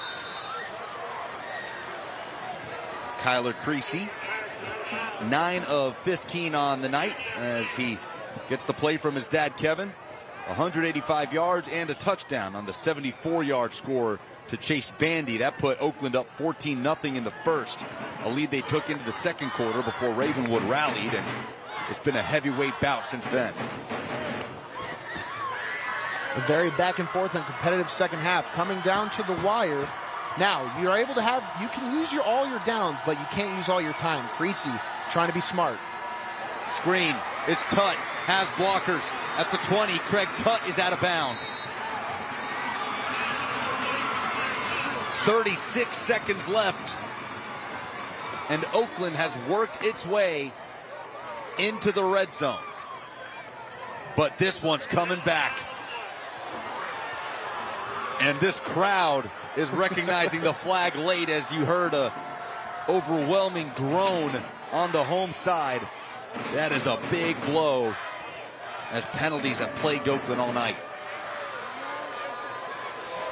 Waiting for the official call. It looks good with some smart football. We see number 74. During the run, we have holding on the offense. Number 74. They call that on the junior. That's Reese a 10-yard Smith. penalty from the spot of the foul. Second down. It's on the left tackle.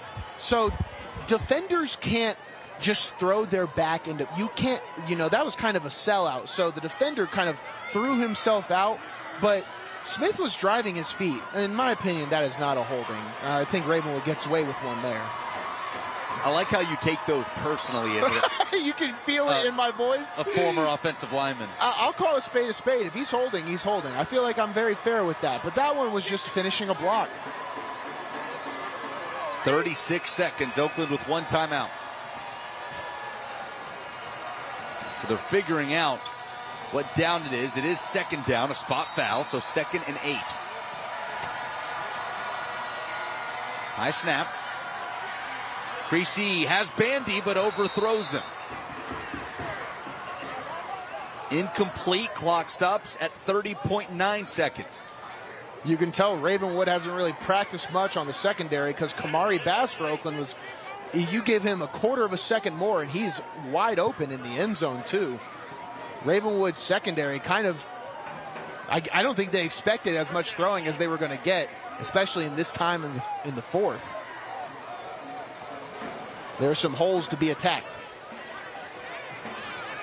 There you see Jose Hernandez, who hit a chip shot 27-yarder before the half. Put Oakland up 17-14 at the break. But that's about the range for the Patriots. They've not hit a field goal longer than 28 yards all season. Play clock down to 8 seconds. Creasy has plenty of time, heaves it deep, but it'll carry out of bounds. And that'll bring up 4th and 8 for the Patriots with about 24 seconds left. So now here's an interesting scenario. If you're Oakland, and this is well out of your field goal range, I suppose the answer is to go for it and waste as much time as possible in the process. I think that's what they're looking to do, so they're not going to run it on 3rd and use that timeout on the last play because you would need that timeout to set up a kick. But now that you have that timeout, I suppose right now, if you get the first, you can still use it to set up a kick after this. And it's really, if you know your kid is a very low percentage of making it, this is probably the right call. You still have to protect the football. Can't give Ravenwood anything. Creasy under pressure, rolls to his left and gets it away. Was he down?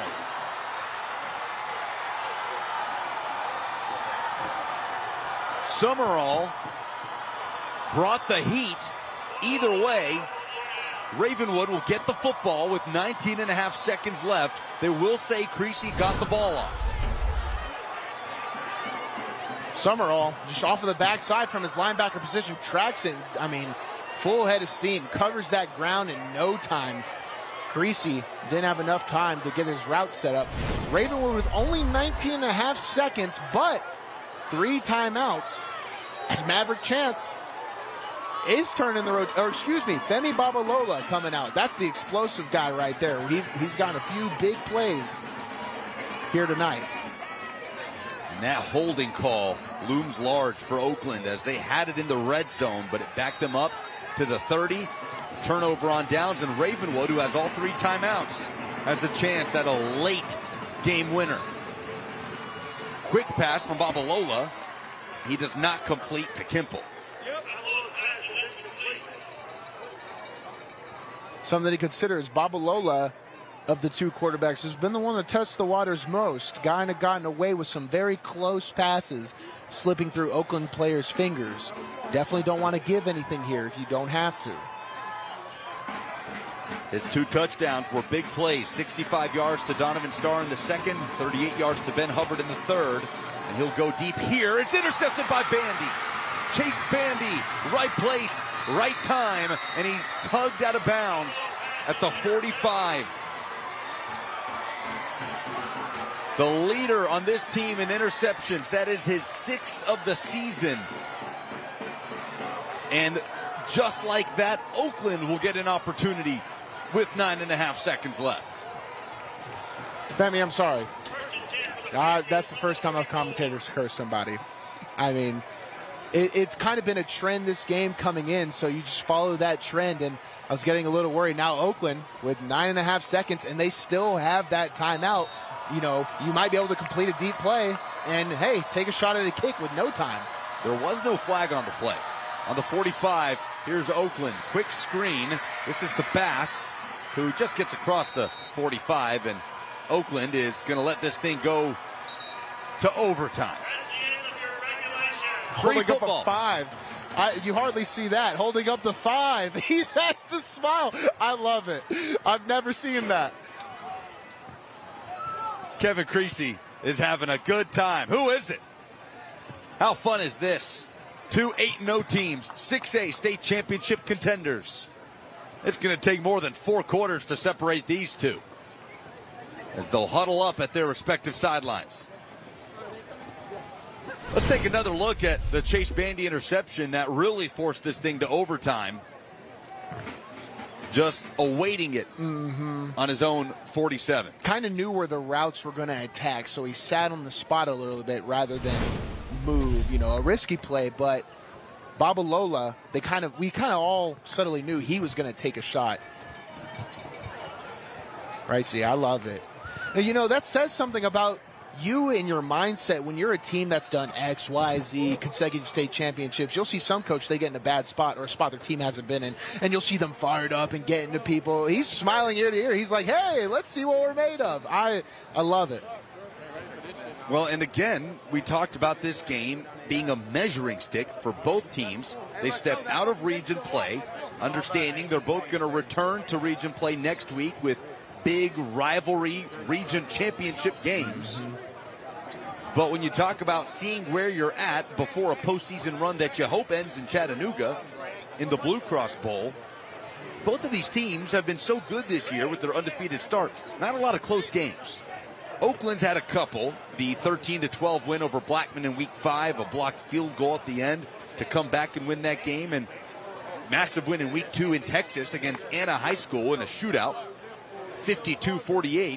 But in the case of Ravenwood, Bruno, their closest game has been a week 3 victory over Gallatin. That was 14-7. I mean, just how good of an opportunity is this to learn about yourself against another state championship contender? I mean, yeah, and both of these teams can look back and learn a lot, but the victor of this is going to certainly carry that mental edge into the games to come.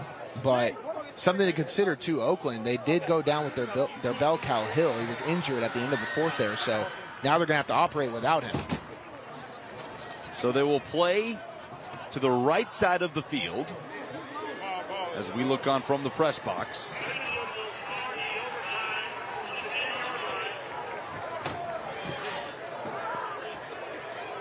And the ball will start at the 10. So think college overtime rules. But instead of starting at the 25, starting at the 10-yard line. See Ravenwood sideline a little confused. Do we have it? I believe we do. Ravenwood will start overtime with the football. There was some confusion there. So Oakland will get the opportunity to play defense first and figure out what they'll need when they get the ball.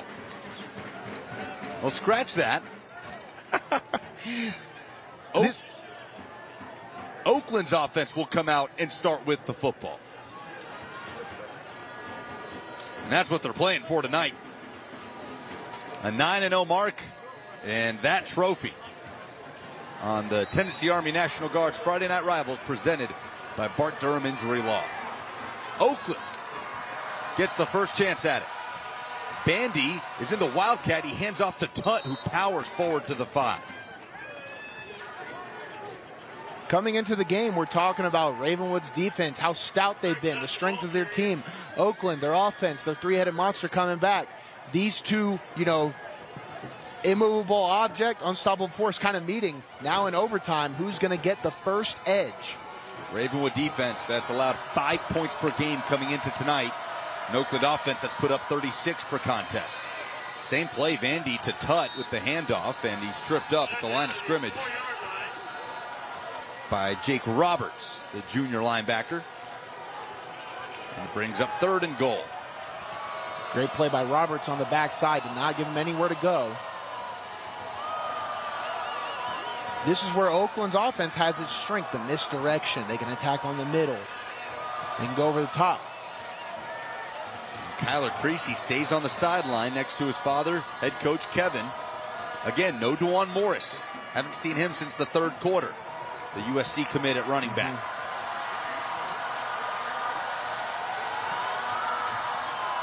Tutt in the Wildcat, up the middle. Helmet rolls into the end zone, and so does Craig Tutt. Touchdown, Oakland. And the Patriots punch first in the extra period.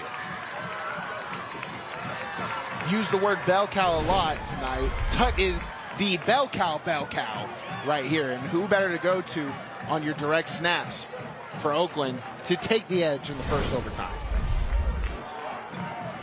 So an important extra point here for Jose Hernandez.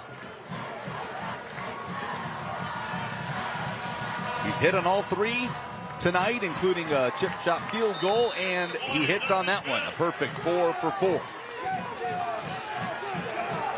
So Oakland takes a 31-24 lead, and now Ravenwood will get the football at the 10-yard line. Want to talk about a player of the game. I know we mentioned we would announce it at the end of the fourth. Well, too bad. There's more football to be played. But that young man right there, number 1 Tutt, a potential. So now the Ravenwood offense gets its turn.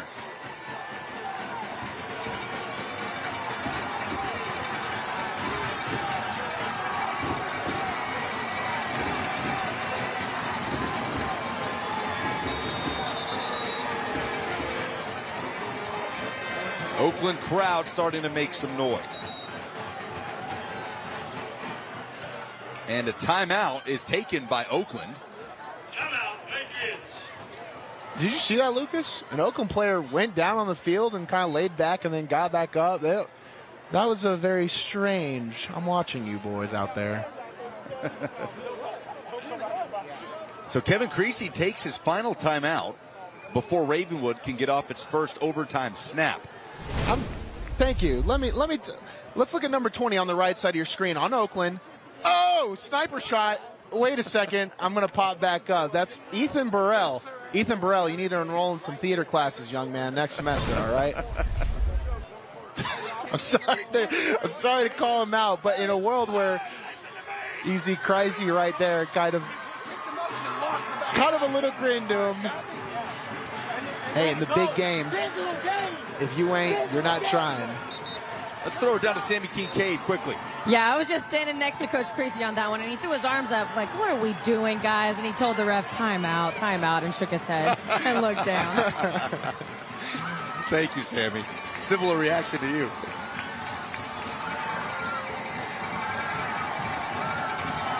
Ravenwood needs a touchdown to force a second OT.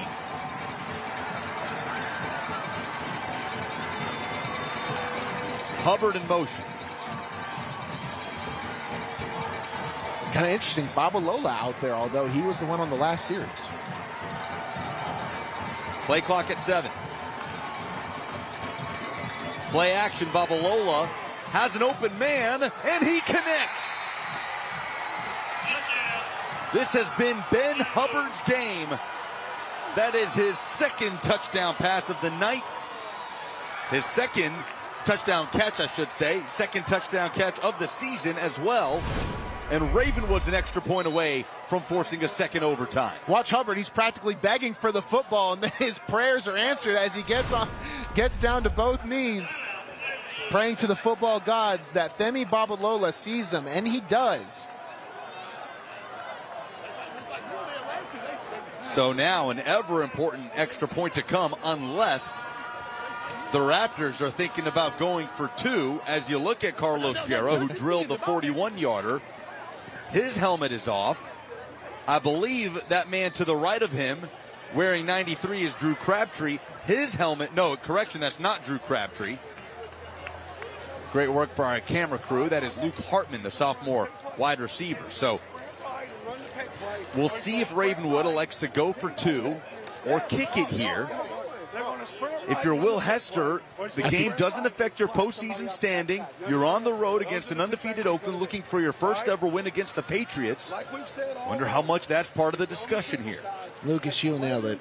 I mean, I wasn't a very shy kid when I played football. So if I was on that sideline, I'd be like, I want the response. Put it on us, coach. Let's finish this thing here and now. And I think this conversation doesn't look like it's about a field goal. Let me tell you that, Lucas.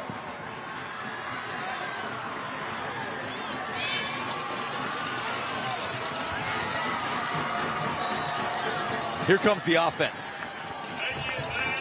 They're going to decide this game right here and right now.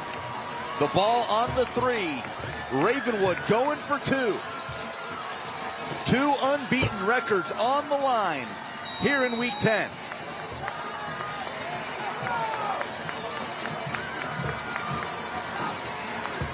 Babalola throws left side. It's caught. It's caught and Ravenwood wins.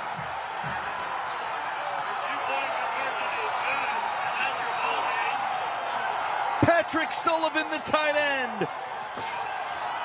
And Ravenwood is 9-0. You saw the reaction there at the end. Sullivan, they were dialing that out on the Ravenwood sideline the entire time. So they were planning that out. Sullivan, they knew where to attack that football. They had Sullivan chase that corner pylon right there. And Babalola places it exactly where it's needed as Ravenwood and their players rush the field, as everyone's kind of hurtling back up to finish the game with respect and sportsmanship and shake hands. But what a finish, Lucas. 32-31, the final, a classic at Oakland tonight as the Raptors move to 9-0. With Femi Babalola finding his tight end, Patrick Sullivan, getting under it for the 2-point conversion. And make no mistake, that is a catch. The ball is not influenced by the ground at all.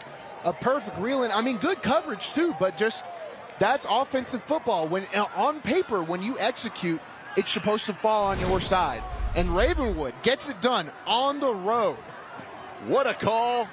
What a play, what a game. Ravenwood overcomes an early 14-point deficit and wins in overtime at Oakland to stay undefeated. We'll be right back with post-game coverage on MyTV 30.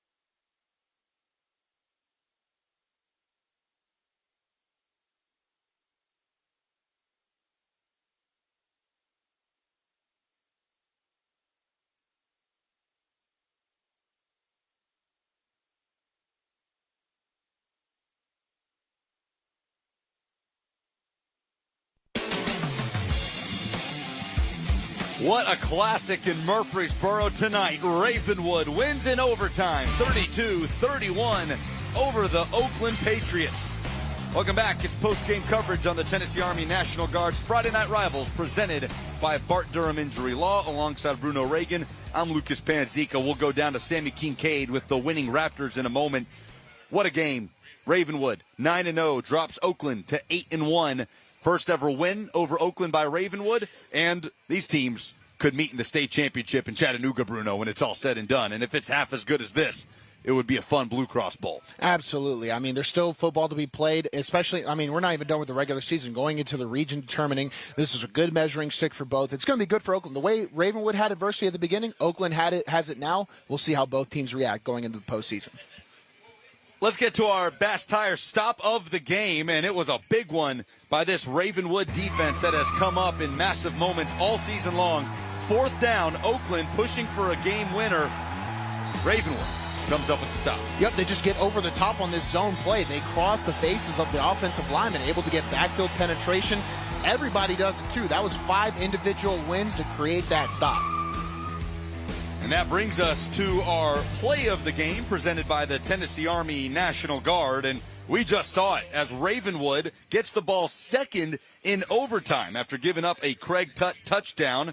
Down 7 in the extra period. They score with a touchdown to Ben Hubbard and go for 2, connecting with Patrick Sullivan. And there were some, that we're on the Oakland box, by the way, so there was some, exclamation that was that a catch, wasn't it? It was without a doubt a catch. Sullivan gets his hands underneath.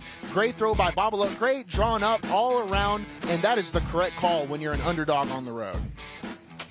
Femi Babalola with the game-winning score for 2 as we go down to Sammy Kincaid, who's alongside Will Hester in the winning Raptors. Yeah, a lot of very excited winning Raptors that are behind us right now, Coach. What can you just say about the resiliency of this team to get this one done? I mean, obviously we fell behind a little bit starting out, but our defense has been the strength of our team all year long, and they made some plays to get us back in it, and offense found a way to score a few points, and why not put it on the back of our seniors there on the last play to go for 2 in the win. So, pretty good night. What kind of went through that decision-making, that trust that you have in them to go for 2 and not just tie it up there? Yeah, I mean, we've been building for this for a long time, right? And we're going to go out on our terms, and it's going to be the way that we want it to be. And we got the opportunity there to win the football game on our terms, and we did. Well, congratulations, Coach. And here's the trophy. I know you want to celebrate with your team. That is the sound of 8-0 from the Ravenwood Raptors. As Will Hester celebrates that trophy with his team, they've got their eyes on another trophy down the road in Chattanooga. Ravenwood wins at Oakland 32-31. Let's get to our player of the game from a dramatic win. It's presented by Bart Durham, and it is Ravenwood quarterback Femi Babalola, the junior signal caller, splitting reps with his classmate Maverick Chance. Finishes the night 9 of 22 for 185 yards, 3 touchdowns, and 1 interception. 5 carries for 17 yards, but of course this game-winning 2-point conversion to Patrick Sullivan. Yeah, so for Ravenwood, they've been swapping out between Chance and Babalola. Well, at the end of the game, Babalola throws the interception, and then coming out of overtime, he's the first one to go out. So that shows the trust they have in this game. We got to see him last year where he had a lot of the tools, but he came back a lot more refined and was able to get it done at the very tail end when his number was called. Well, Babalola, as we take a look at some extended highlights from the game, really got going with this 65-yard connection to Donovan Starr, the Auburn commit. That put Ravenwood on the board. At the time where they needed it most, Babalola brought the explosive play. When things look bleak and you can't have, as we also saw, he got Hubbard in too, who was another contender for a player of the game. He had his breakout game tonight. A good connection between those two. 9 of 21 for 185 yards and 3 touchdowns. A 65-yard long bomb to lead him off on the night. Yeah, 109 of those yards and both touchdowns to Ben Hubbard, but the 2-point play to Sullivan is what gets it done for Ravenwood, as the Raptor fan base is celebrating on the field here at Oakland High School.